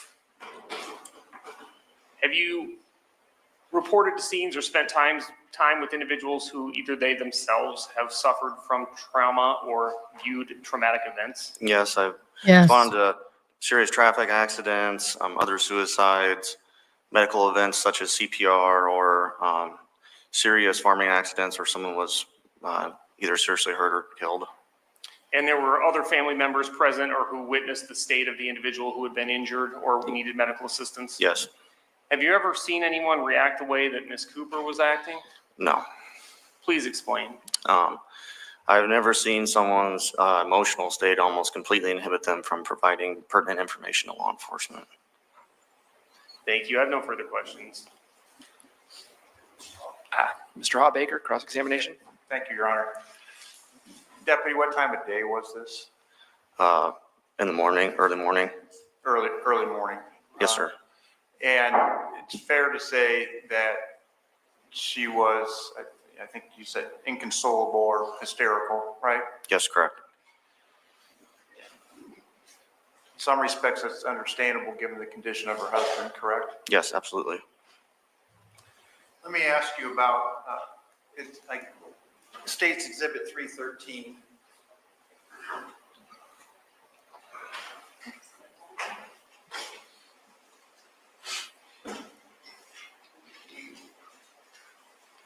See that, sir? Yes, I can. Did you prepare this exhibit? Did I prepare the exhibit? No. Is it to scale? Is it to scale? Yeah. I wouldn't know. My guess is not. I mean, I'm just trying to get the sense of the size of these rooms in this house. The size of that bathroom looks kind of disproportionate compared to other things, but you didn't prepare this, right? No, sir. Okay. The door that was discussed is visible behind the chair Mr. Cooper was in. At the time Mr. Cooper was shot, you wouldn't know whether that door was locked or unlocked, right? No, sir. Or frankly, the status of any door in the house at that time, right? No.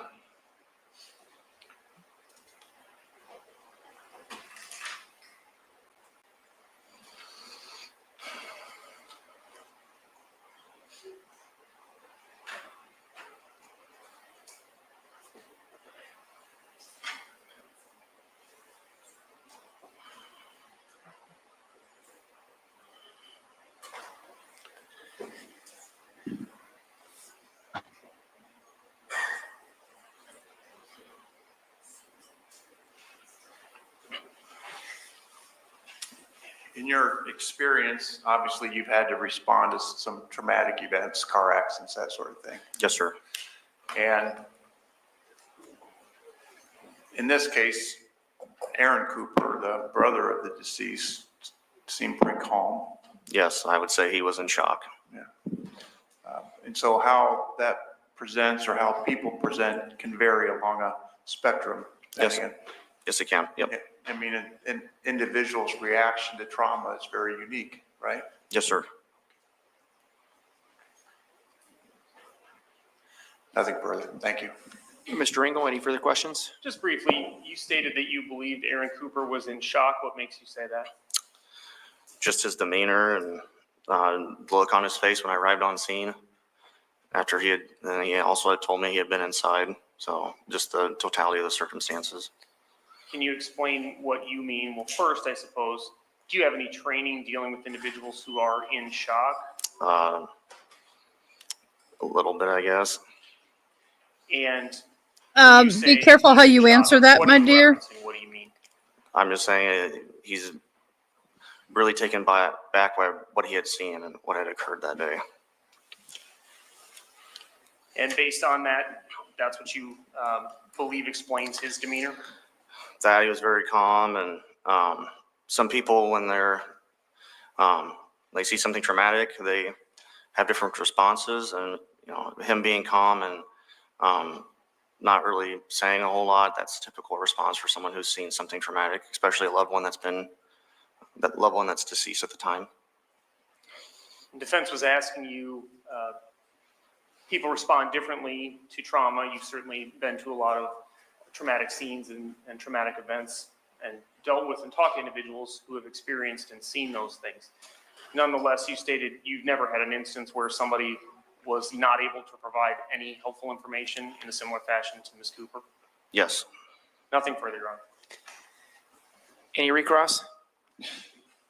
Done, Your Honor. All right. Thank you, sir. You are excused. Is the state prepared to call its next witness? Yes, Your Honor, the state would call Aaron Cooper.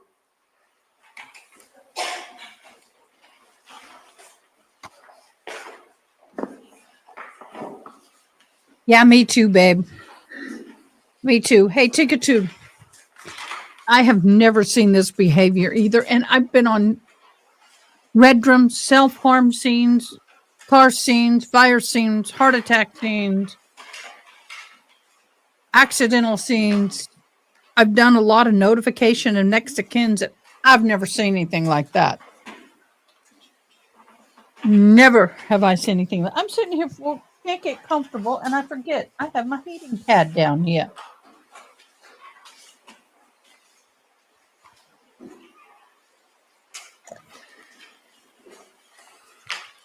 Good afternoon, Mr. Cooper.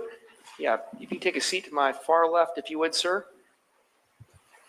I hate it when these things get cold. They that wrinkle microphone's up. on. You can move it around to make yourself more comfortable with it.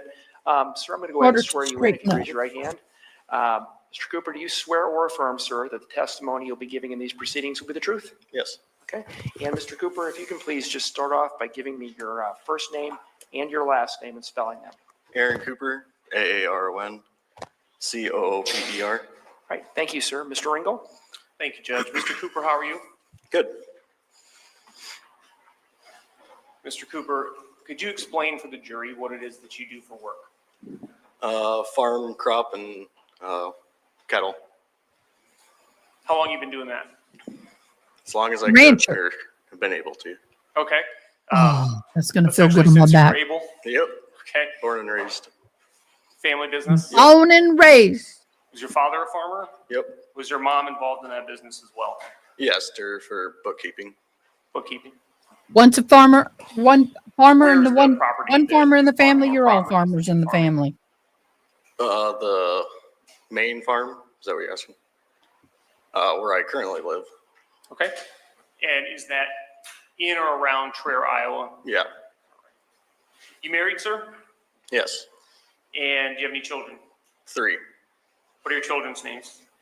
Aniston, No. Raylan, and No, no, no. All right. And how are you Why? related to Ryan? my brother, To your older brother or younger brother? older. By how much? No children names. We've heard some Why don't testimony you ask about this. who's his but did wife? Ryan have Who's any his children? mom and dad? What's that? Did Ryan have any children? Yes. How many Sorry, children I'm did he have? angry. 4. Yep, the brother. Everybody wake up. Did you and Ryan farm together? Yes. Can you explain how long you worked together in farming? As long as I can remember. Okay, ever since you were kids? Hello, it's Yep. put it. So what were your respective roles then if you're both working together in farming? No, we shared pretty much all the roles together for the most part. From planting to harvest and working cattle and hauling grain. So when you say hauling cattle and hauling grain, I guess could you just briefly outline the operation? There's been some reference to the fact that it's a family business. What does that business look like? What components are there? If there's a hauling component, does that include trucking? Just kind of tell the jury how the whole system works. Okay. Most of the time, like for harvest, we would haul in grain to the elevators. And then certain years we would store grain and then haul it to a facility, like a ethanol plant. Okay. And then depending on the season, you're, like you said, planting and harvesting and everything else that goes with farming. Yep. Is there a trucking component to that? And is that just limited to farming? We have a feedlot that we raise cattle at, and we haul a majority of our own cattle to market. Okay. So do you own the land that you farm, or did you and Ryan own that land? The farm owned all of our land. Okay. So when you say the farm owned all of the land, are you talking about Cooper Farms? Yes, Is that an LLC? incorporated. Okay. So everything's owned by Cooper Farms? Mm-hmm. So all the land is owned by Cooper Farms. What else is owned by Cooper Farms? Our properties, our houses, the When you trucks. say our houses, how many houses are we talking about? Be me and my brothers. We have two other properties along that same highway that my parents lived at, and then an extra one. And under this Cooper Farms umbrella, then we have all the farm property, these houses, which include the houses that you live in, Correct. and the house that Ryan lived in at the time? Correct. All right. What about farm machinery and implements? The farm owns all those. And you're talking about doing a lot of hauling. Were there semi trucks and trailers as well? Yes. Same question. I think it's going to be the same answer. Owned by Same Cooper answer. Farm? Yes. Farm. Okay.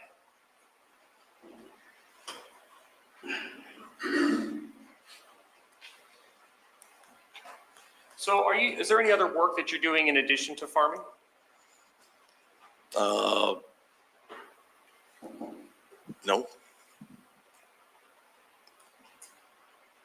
Are you a volunteer firefighter?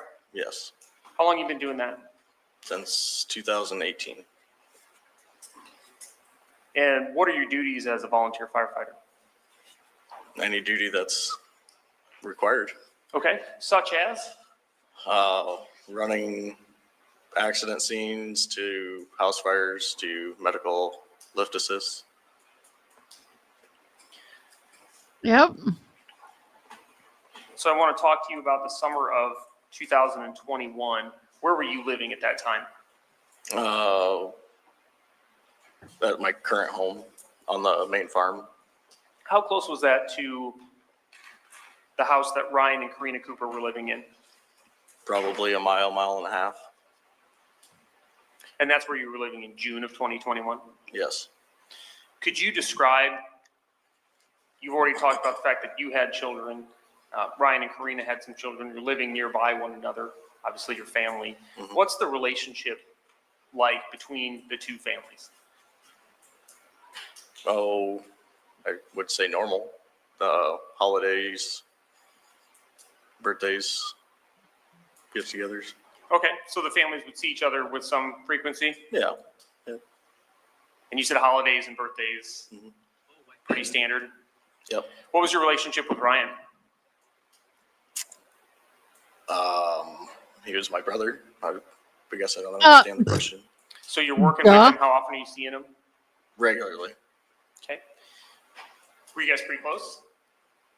In a sense, yeah. Okay. All right. Your Honor, may I approach the witness? You may, and you don't need to ask again with this witness. I like this judge. Whoa, that's unusual. Okay, I like what he says. Yes, you may, and you do not have to ask again with this witness. I like that. I really do. I like this judge a lot. 303 and 304. Do you recognize what those are? Yes. And what are those? Pictures of Ryan with his children. And I'm going to move to admit and publish those photographs, Your Honor. Any objection? No. All right, it's 303 and 304, correct? Yes, and Your Honor, I would ask Yeah. that, may we approach? You may.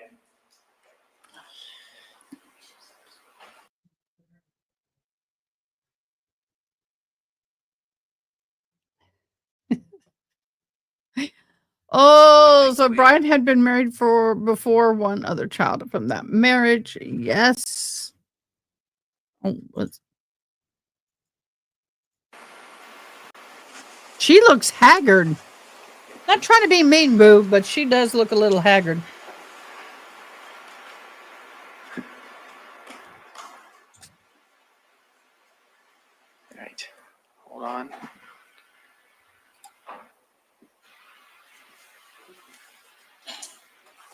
Well, I'll try it again.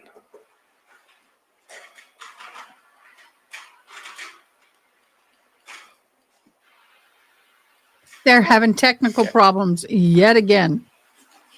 Go figure. All right, what are we seeing in exhibit number 303? Me, Ryan, with all 4 of his children. Okay. Do you remember or have any idea roughly when this was taken? And Cortland was a baby, so roughly 9 years ago. Okay. And this is 304. What are we looking at here? Ryan with Cortland in our skid loader. Okay. Same question, I think probably roughly the same answer about how old is this photo? 8 years ago, About probably. 8 years ago? All right. I'm bad with those. I'm sorry. Thank you. That's fine, Your Honor.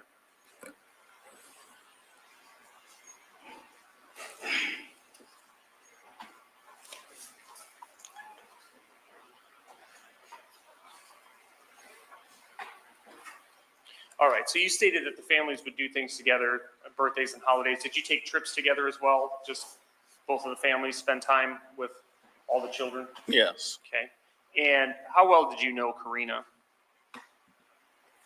pretty well. How could you explain that? I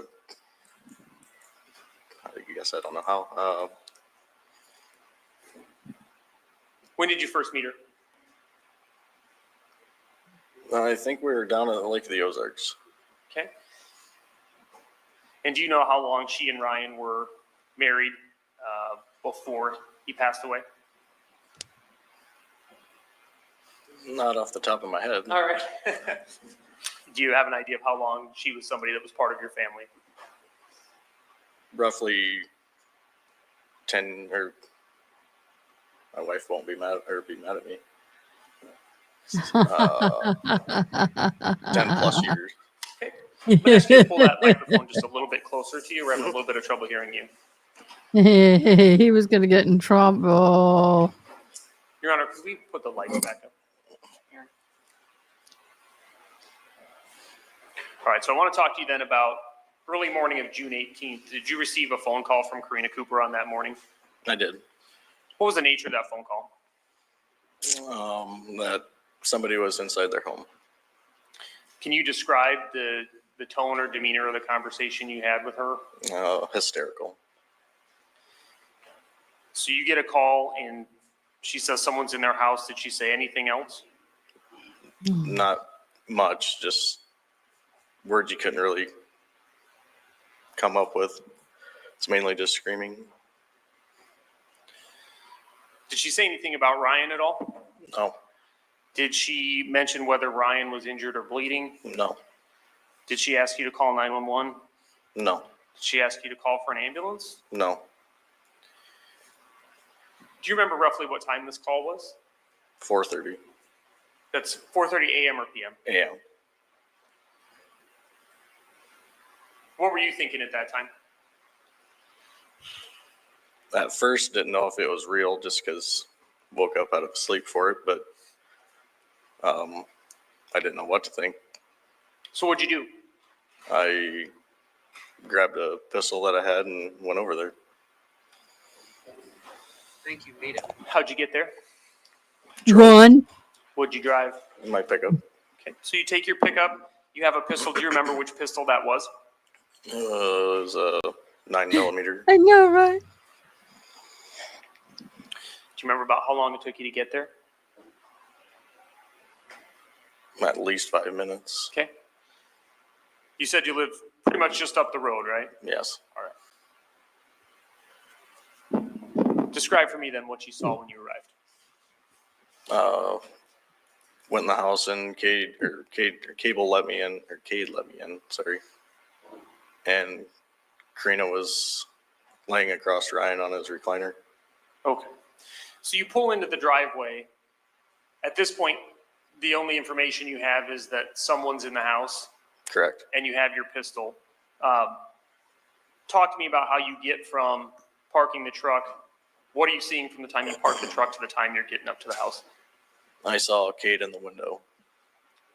So you saw Cade in the window. How old was he at that point? Roughly. 11 or 12.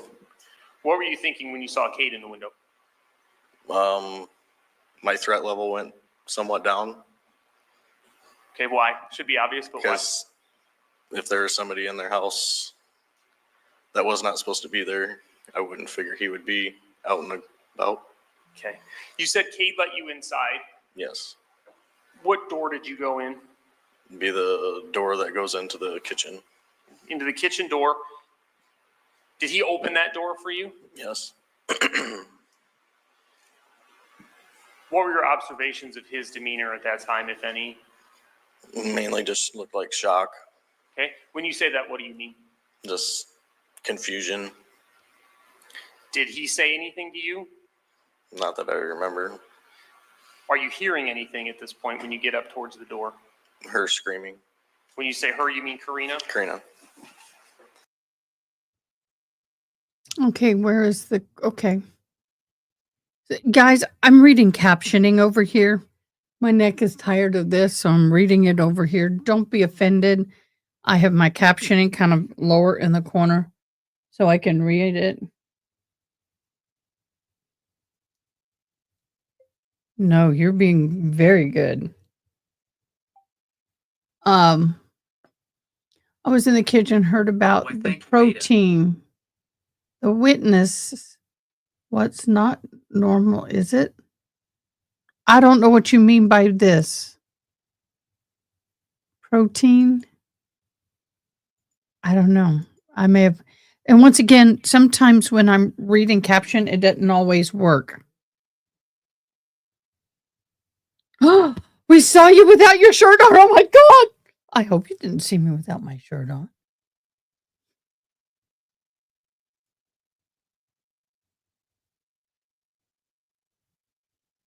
Oh, thank you for that. Thank you, thank you, thank you. Ryan was not married previously. He had a kid with another woman before he met Karina. Thank you so much, ex conservative Esqua. Thank you so much. Appreciate you. Really do. Cade lets you in. You hear Karina screaming. Cade's the one that opened the door. Where's the screaming coming from? The living room. Well, I couldn't tell exactly, but it would seem like it was coming from the south side of the home. Okay. When you say the south side, is that the side with the living room? Yes. Okay.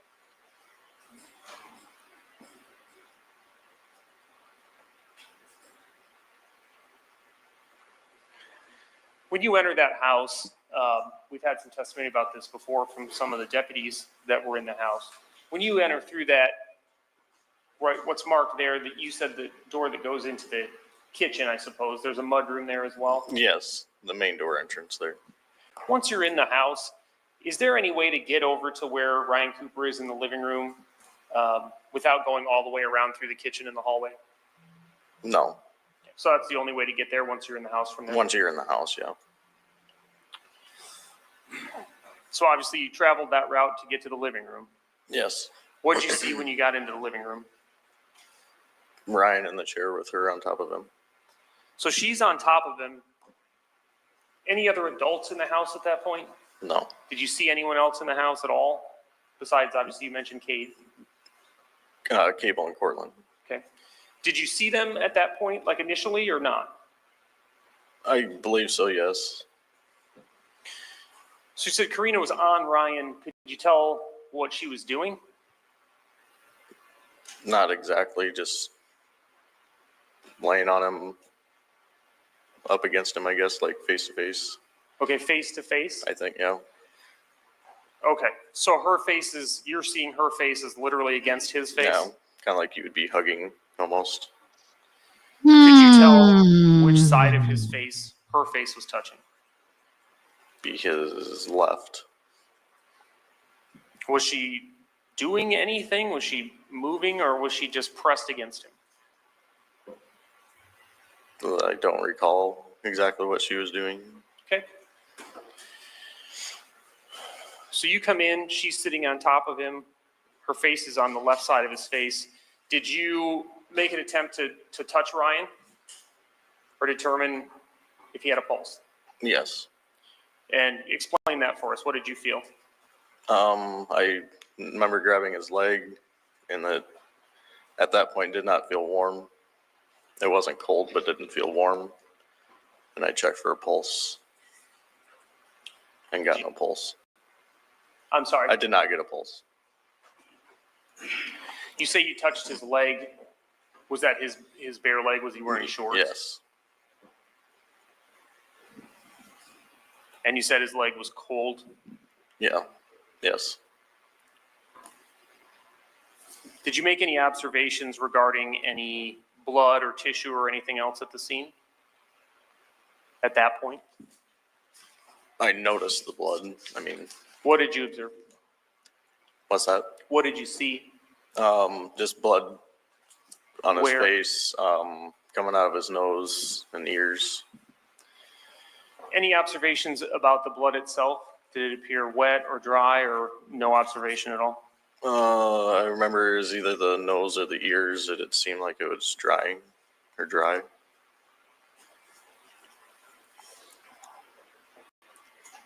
So this is the blood that's on his face. Did you see blood elsewhere in the room? On the floor.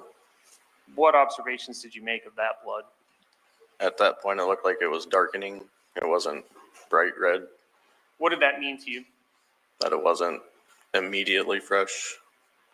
What experience do you have that you're basing that opinion on? Got it. Just from hunting and my own life events. If you get cut, you kind of figure. No, actually, that is not normal. I have not seen that happen very many times. Actually, I don't think I've ever seen it happen in the year that I've been doing YouTube.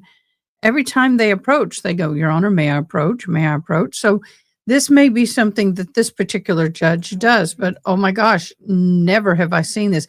But I'm loving it. It shows respect. I love it. Love it, love it, love it, love it. I'm liking this trial. What it looks like when it dries. Did you make any attempt to talk to Karina? She's sitting on top of Ryan. She called you over there. She said someone was in the house. Did you try to talk to her at all? Not that I recall. Any reason? Hysteria. Yours or hers? Hers. Okay. Were you able to get any information out of her? No. You said that she's sitting on top of him. She's got her face against his face. Did you ever see her attempt to render aid? No. Did you ever see her attempt to perform CPR? No. Did she ask you to perform CPR? No. Any reason to believe she's aware that you're a volunteer firefighter? Yes. Why? We're family, and she knows I am a firefighter.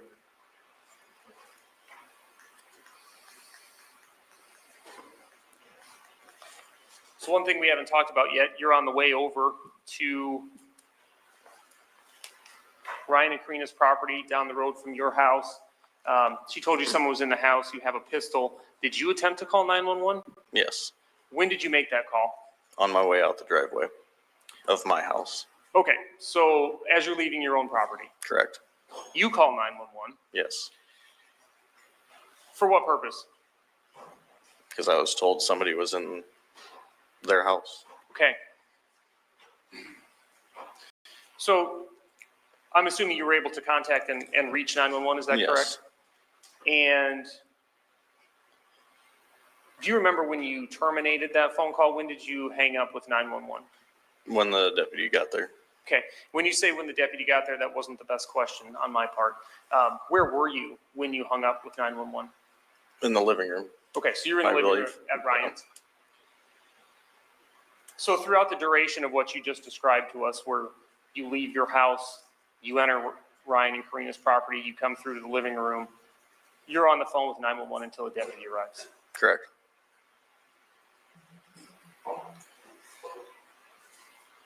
And Your Honor, I believe State's Exhibit number 100 has previously been admitted. The state would move to publish. Yes, it has been admitted, and see if we can get there.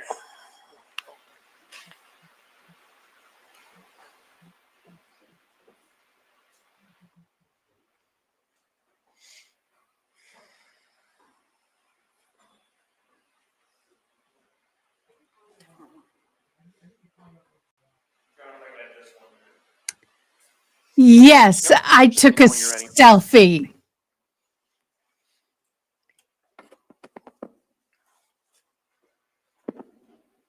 Yes, I did, Tinkertude.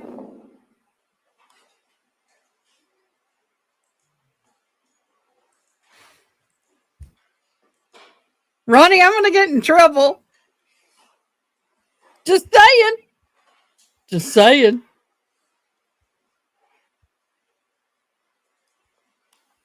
Ladies and gentlemen, while he's doing that, I'm going to stand up and stretch. Feel free. Yeah, we all going to take a little stretch Anybody can. break. Come on, guys. Anita.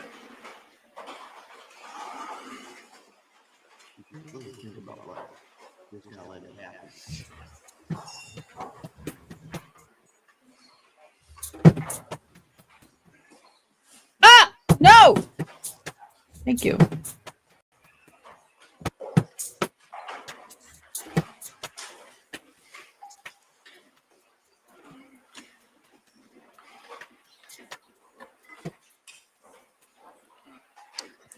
Till I played Are you drums. there?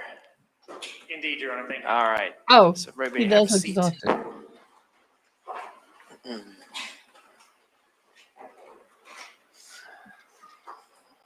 Okay. Go ahead and publish whenever you're ready. County 911, what is the location of your emergency? I'm going to tell you in a minute. I just got a call from my sister-in-law that somebody's in their house. Okay, someone's in our house. What is the address? It's K Avenue, 1846 K Avenue. 1846 K Avenue. Yep. What you got, Jamie?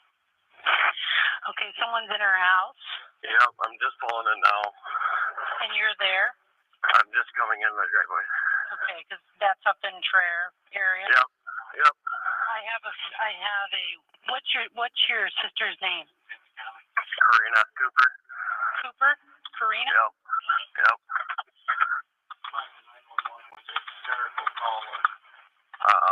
I am a firefighter. I got my lights on right now. I just pulled in.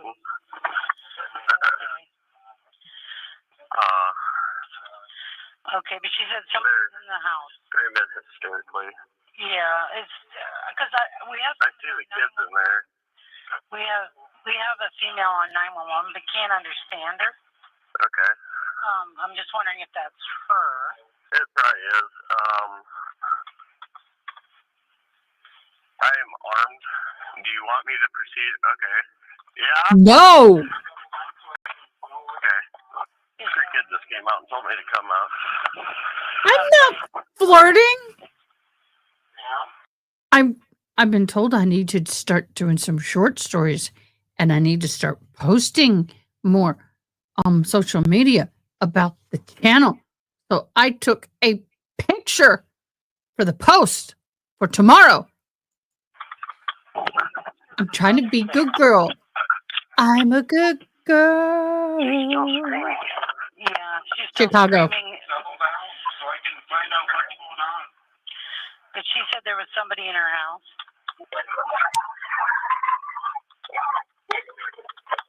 Hey, Husker Nation, how are you? Hey, Aaron, we missed you. We need ambulance now. We need Y'all have no idea how painful that is when you have a hearing aid about a nano hair away from your eardrum. It's like, oh, that's difficult. Okay, we need an ambulance. Did somebody get shot? Yay! Oh God, there she goes again. What? He's got blood coming out of his mouth and everything. So my brother said. All right, we'll get an ambulance headed to that address that you're at. 1846 K Avenue. Yep. Okay, and how old is the person that's on the floor with blood coming out of the mouth? What's that? How old is the patient? Do you know?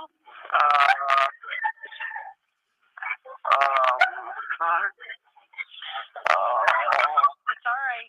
I want you just to take a deep breath. Okay? Nobody here, Karina. Who is it that, sir? He's 42. What? Sir, can you tell me who it is that's on the Ryan Cooper. What's his name? Cooper. Ryan Cooper. My brother. Cooper? Yes. Okay. And what's your name? Aaron Cooper. Aaron Cooper? Okay. So Yes. brother? He's my brother.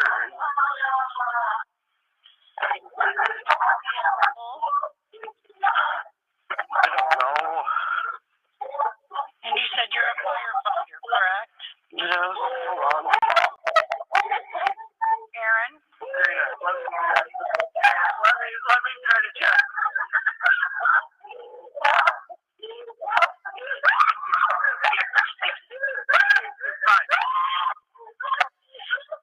Aaron?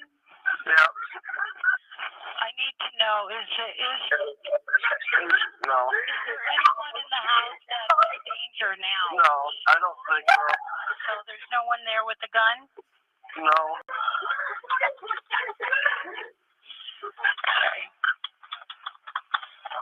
Okay, you're doing fine, Aaron, okay? I just want you to see if you can, all right? So No. nobody there with a gun at this time? No. No.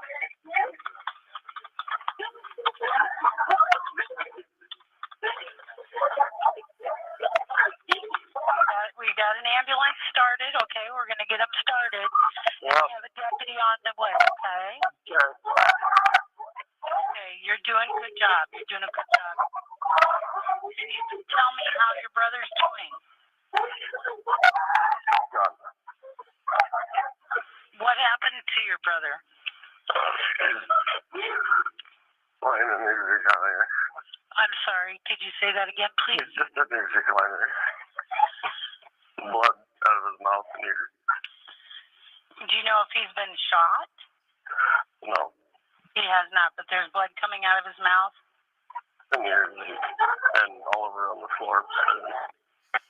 So blood all over? All over. Yeah. Okay.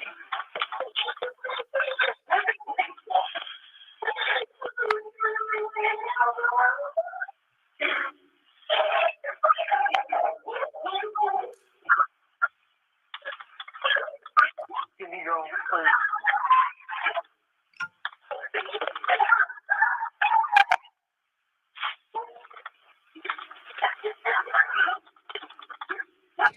Say, Ronnie. I did. Karen? Yeah. Can you tell me what went on or what's going on so I can advise our officer? He's gone like It's just at this time there's nothing going on. No. Okay. Do you know, does he have school? No, I don't. I'm driving.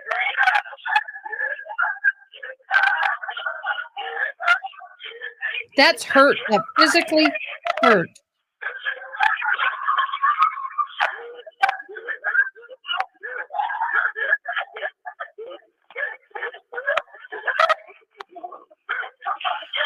Aaron,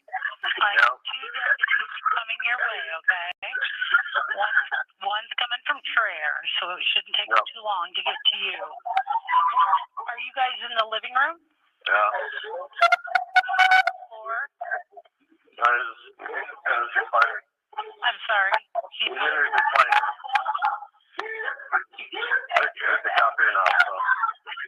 I'm sorry. I'm having trouble hearing it. There's a deputy here now. There is a deputy there? Okay. Yeah. I'm going to go ahead and let you go, okay? Okay. All right. Take care. Thanks, bye.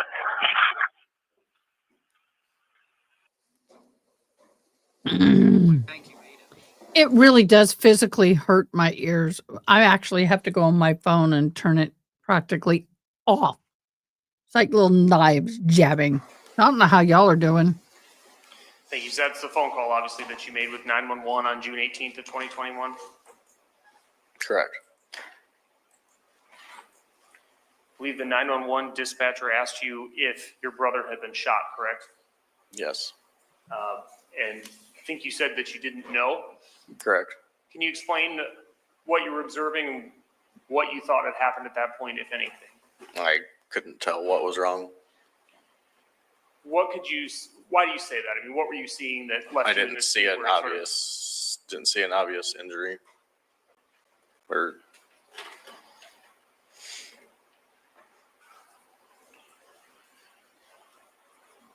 Karina had told you that someone was in the house. You arrived at the scene. She's screaming. Did she ever give you a name or express any concern about any individuals? no.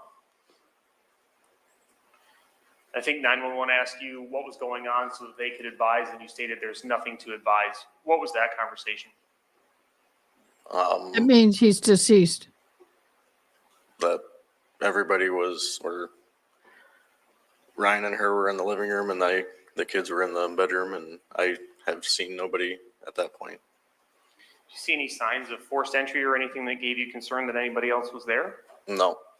There's a door behind Ryan, correct? That recliner that he was in? Yes. Is that open or closed? Closed. So we heard you state at the end of the phone call that a deputy had arrived. Correct. We've seen some body cam footage of deputies arriving on the scene and interacting with you. Do you recall those first reactions when law enforcement arrived? From my reaction when they just arrived? what happened? Not exactly. I don't really recall. Did you attempt to provide them with whatever information you knew? Yes. Were you able to watch Karina interact with members of law enforcement? Yes. Did she ever, based on what you observed, give them any information? No. No, you couldn't tell? That was a bad question. My apologies. No, you couldn't tell, or no, she didn't provide them with information? I couldn't tell.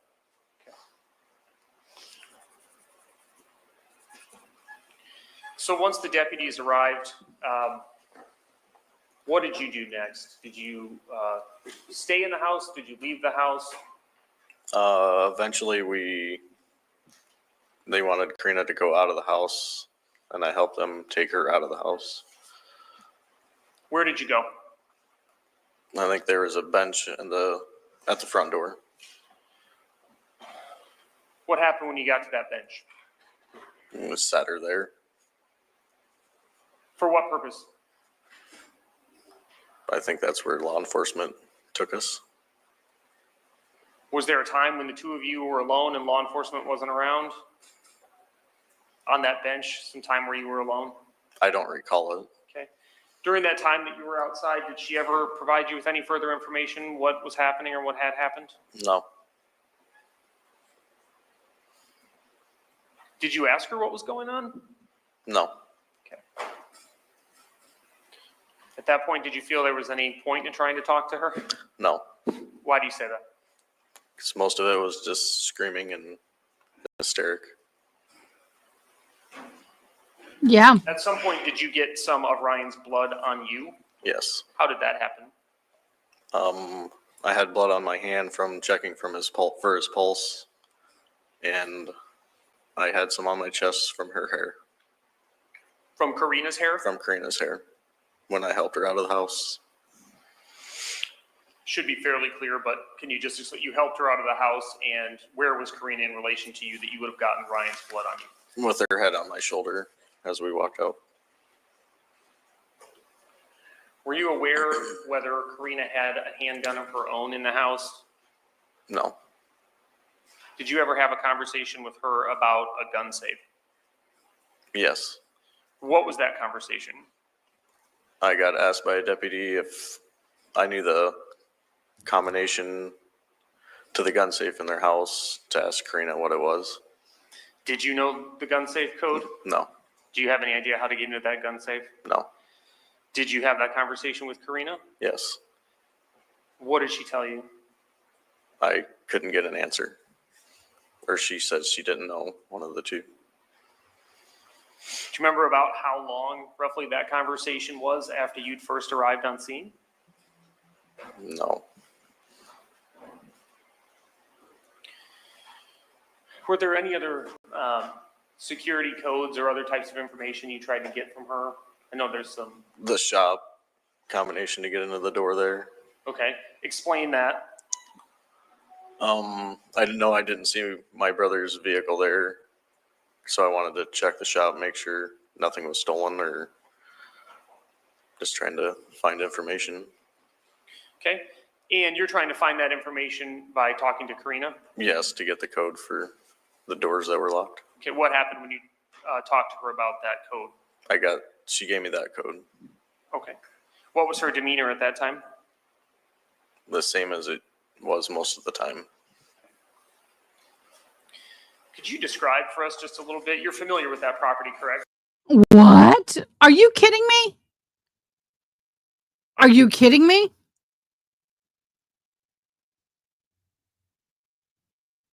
Give us the scoop. Heck, I'll give you my number. Come on and talk. I'll give you the number. You can come join us. Really? So are you a lawyer? I don't know anything about this case. I don't know anything about her, but what perplexes me is her response and the way she's behaving in court. Is she normally an emotional woman? Excuse me, can you give some insight, please? Yes. I think you said before that's property that's owned by Cooper Farms, Yes. and the family spent time together, so there's reason to believe you would have been both in and out of that house and in and around the property. Yes. Could you just describe for us, actually, we have a demonstrative exhibit that shows an overhead view of the property. I'm going to show you that exhibit and just ask you to explain the buildings that are there on the property. Okay.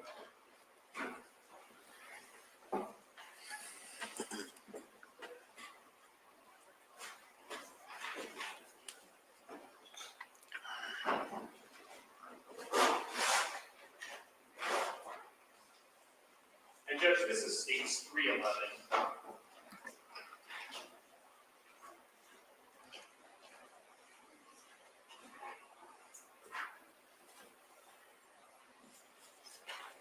All right, 311, you recognize that? Yes. All right. And is that the property you just described on K Avenue? Yes. All right. Can you tell us then what we're seeing here and describe the buildings? The house would be on the top side of the photo. The red shop, and then a storage shed beside that. That larger building, had that been built That was built after. after 2021? Yes. So the red building there, what's in that building? The red building, Yes. it's just, there's a bar in there, her salon, Okay. You say her salon, I'm assuming you're talking about Karina. Karina's. Can you explain the salon and the salon business? So no, you're not going to come in and talk. She did. So as a haircuts. lawyer, by the way, I'm graduating criminal justice, trying to debate if I want to go into law school or get a PhD in criminal justice. So you know where my mind is. Have you seen this kind of behavior before from a person? I don't know what kind of law you practice, but have you? I've never seen this as a first responder, volunteer firefighter, and chaplain. So I would love your input on her emotional state. And do you think she did it? Okay. And so otherwise you said there's a bar and anything else in that building?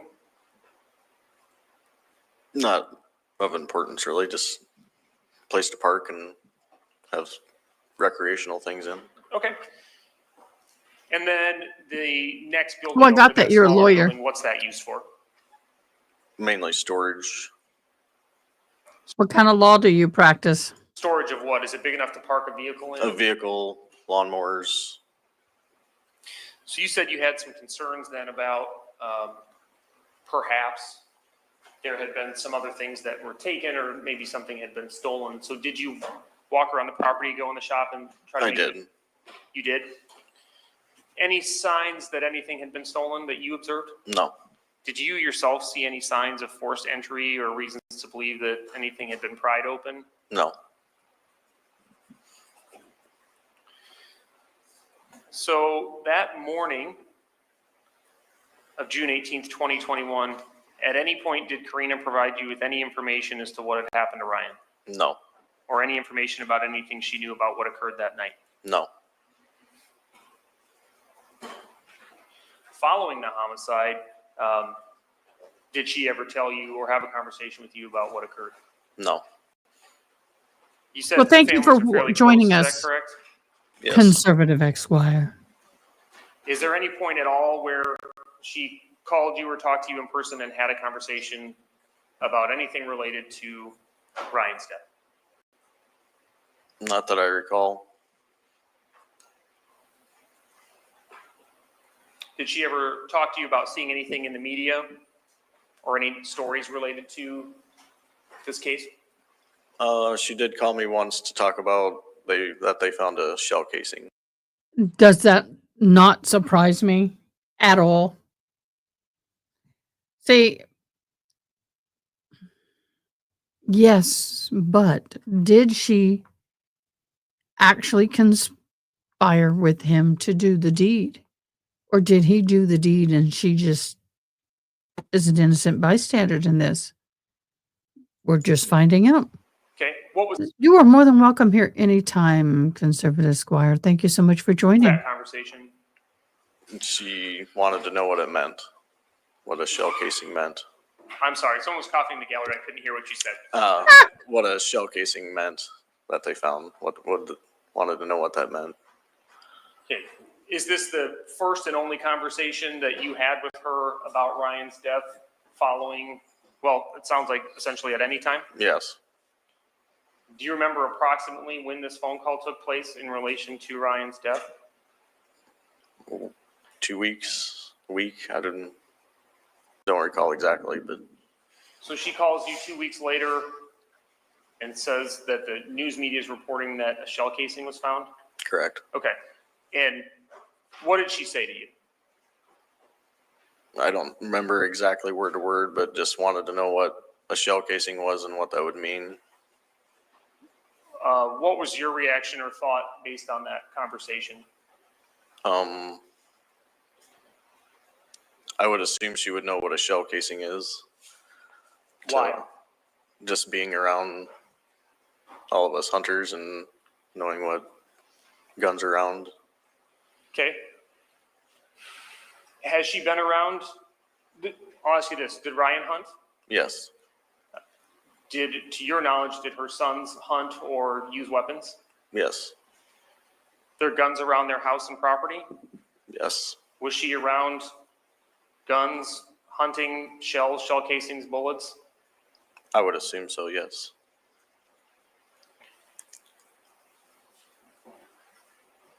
I don't want to put words in your mouth, but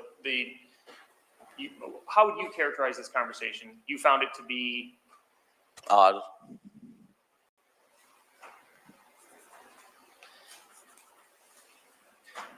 Did you have, after Ryan died, did you have a visitation for him? Yes. You attended that visitation? Yes. Was Karina there? Yes. Did you have any observations of her behavior at that visitation? Theatrical.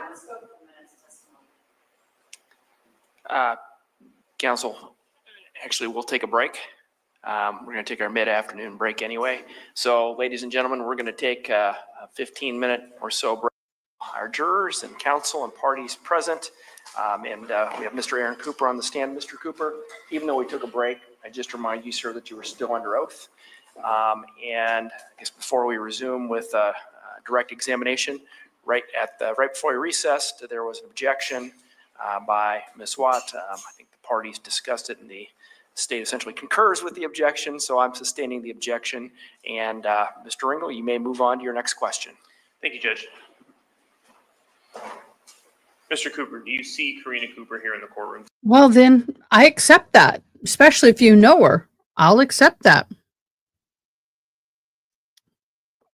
If you know her, yeah, but that hysterics on scene, no offense. I can't say 100% is not real. I'm not going to go there, but I question the length of that it went on and the way it was going on. It just never have I, out of the 100 scenes I've ever been on with death, experienced something like that. Yes. But there's always Can a you point first. her out and There's always a describe the first. item of clothing that she's wearing? And she's over here in a black and gray sweater. Judge, the state would request that the record reflect identification. The record so reflects. No further questions. Ms. Watt, cross-examination? Thank you. Mr. Cooper, are you aware of whether or not Karina and Ryan, if they regularly lock their doors at night? I'm not.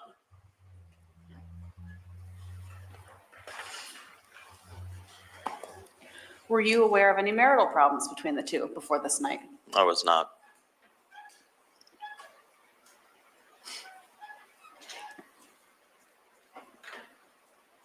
Had you ever heard Karina make any remarks to Ryan like that she would shoot him?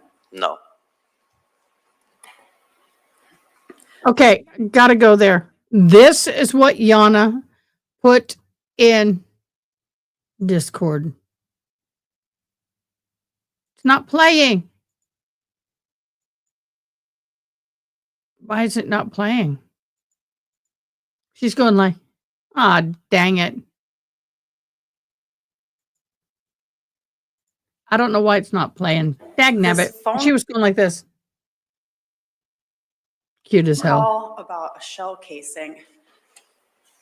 Had you previously told police about that phone call? Not that I recall. No. Okay. I guess the state seemed to know of it. When did you first tell the state about that phone call? Judge, I'm going to object. May we approach? You may. Sidebar.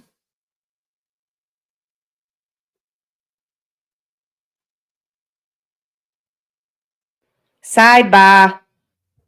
Now we're going to zoom. I like this angle. Question? Could you Question, repeat it? answer. Yes. When did you first tell the state about this phone call? Within the last few weeks. Okay.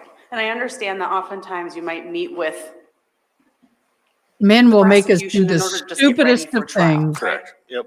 Okay. And so that's when you provided the information about the phone call. Yes.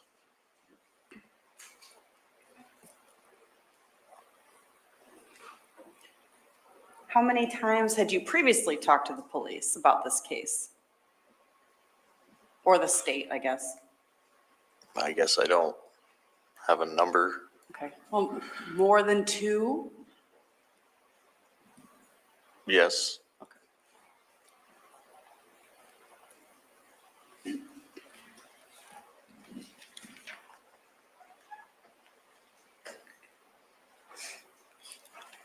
Regardless, when the phone call was made,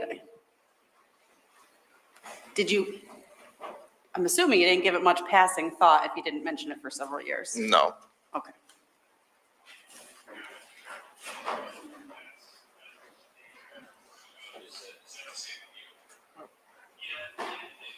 All right, anybody who's got a phone on in the gallery, yeah, just make sure it's off on silent, all right? Thank you. Whoa, that was a nice way of putting it. I guess anybody who's got a phone on up here too, make sure it's silent, but I haven't heard that yet. Okay. I don't have any other questions. Thank you. Any redirect? Just briefly, defense asked you if you were aware of any marital problems between Ryan and Karina. Based on your relationship with both Ryan and Karina. Is that something you feel like you would be aware of? No. Why do you say that? Don't really talk about our problems too often to each other. Is that Yeah. consistent with We're not going there, Tinkitude. Yeah, you didn't know me about a month ago. Mm-mm.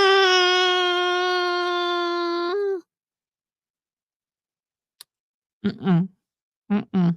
Mm-mm. your Mm-mm. Yeah, personality? one there. Yes. Would that be consistent with Ryan's personality as well? Yes. All right, thank you. No further questions. Any recross? No, thank you. All right, thank you, Mr. Cooper. You may step down.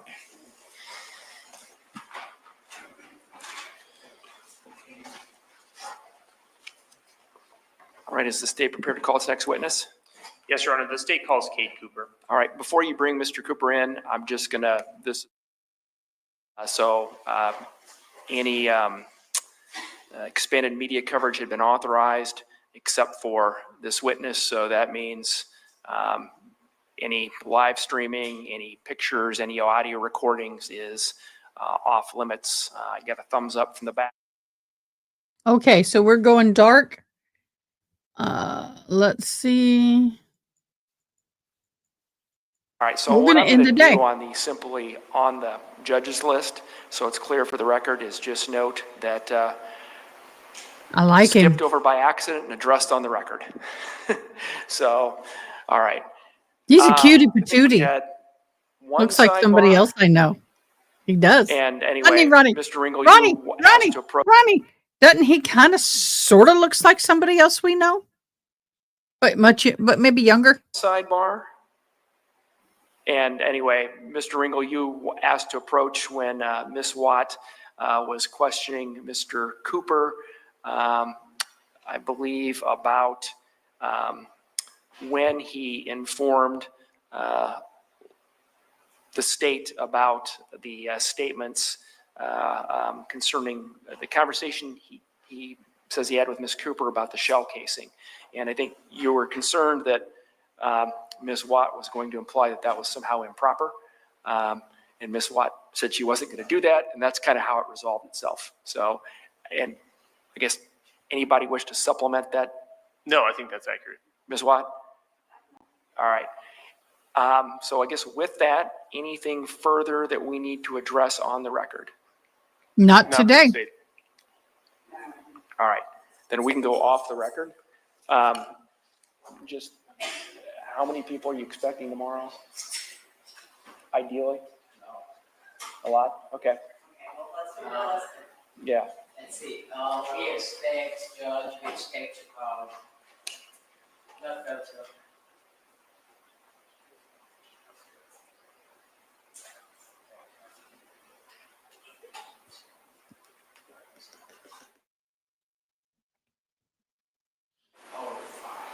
Okay. All right. You guys can let Ms. Watt and Mr. Hawbaker know kind of how that's going to go, so we can have a more efficient trial. Okay. All right. I'm going to Whoa. step out unless you guys need anything. Okay. Thank you. He's Have a like, good night, I'm out. everybody.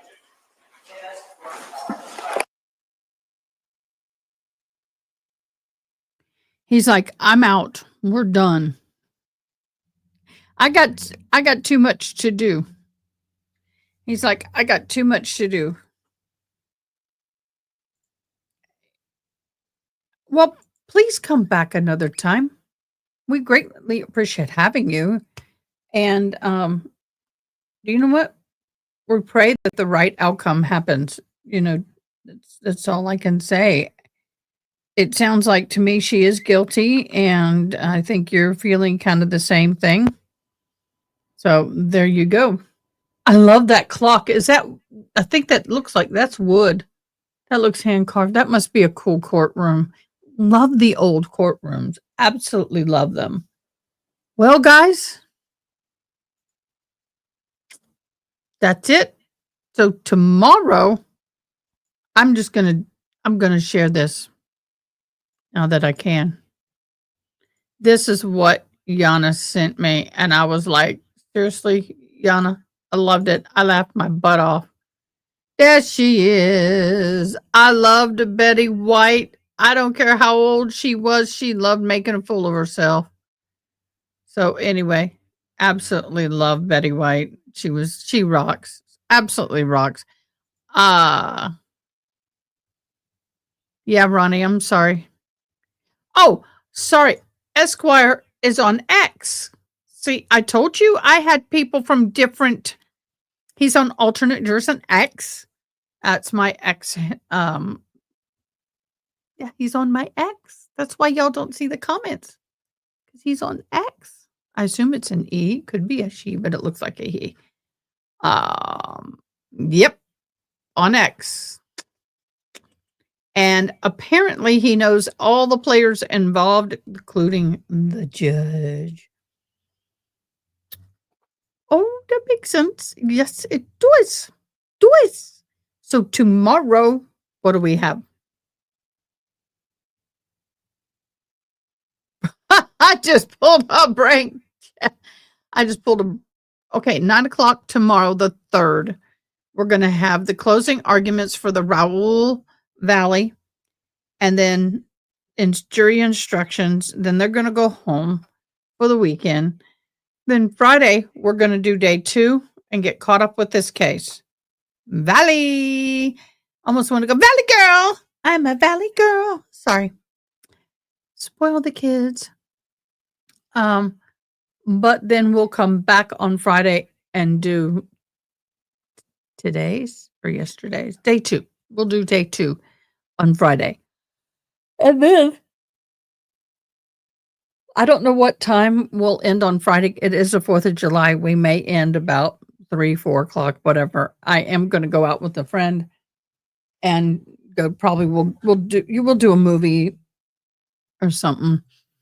I don't usually do a whole lot on the 4th of July. I haven't had anybody to do a whole lot with. My kids are grown. I can sit from the office on the hill and watch the fireworks from here. That kind of thing. But that said, the older I get, the less I want to be around all these crazy people in the middle of the heat. Give me the Christmas one, the Christmas parade over 4th of July. It's not so hot.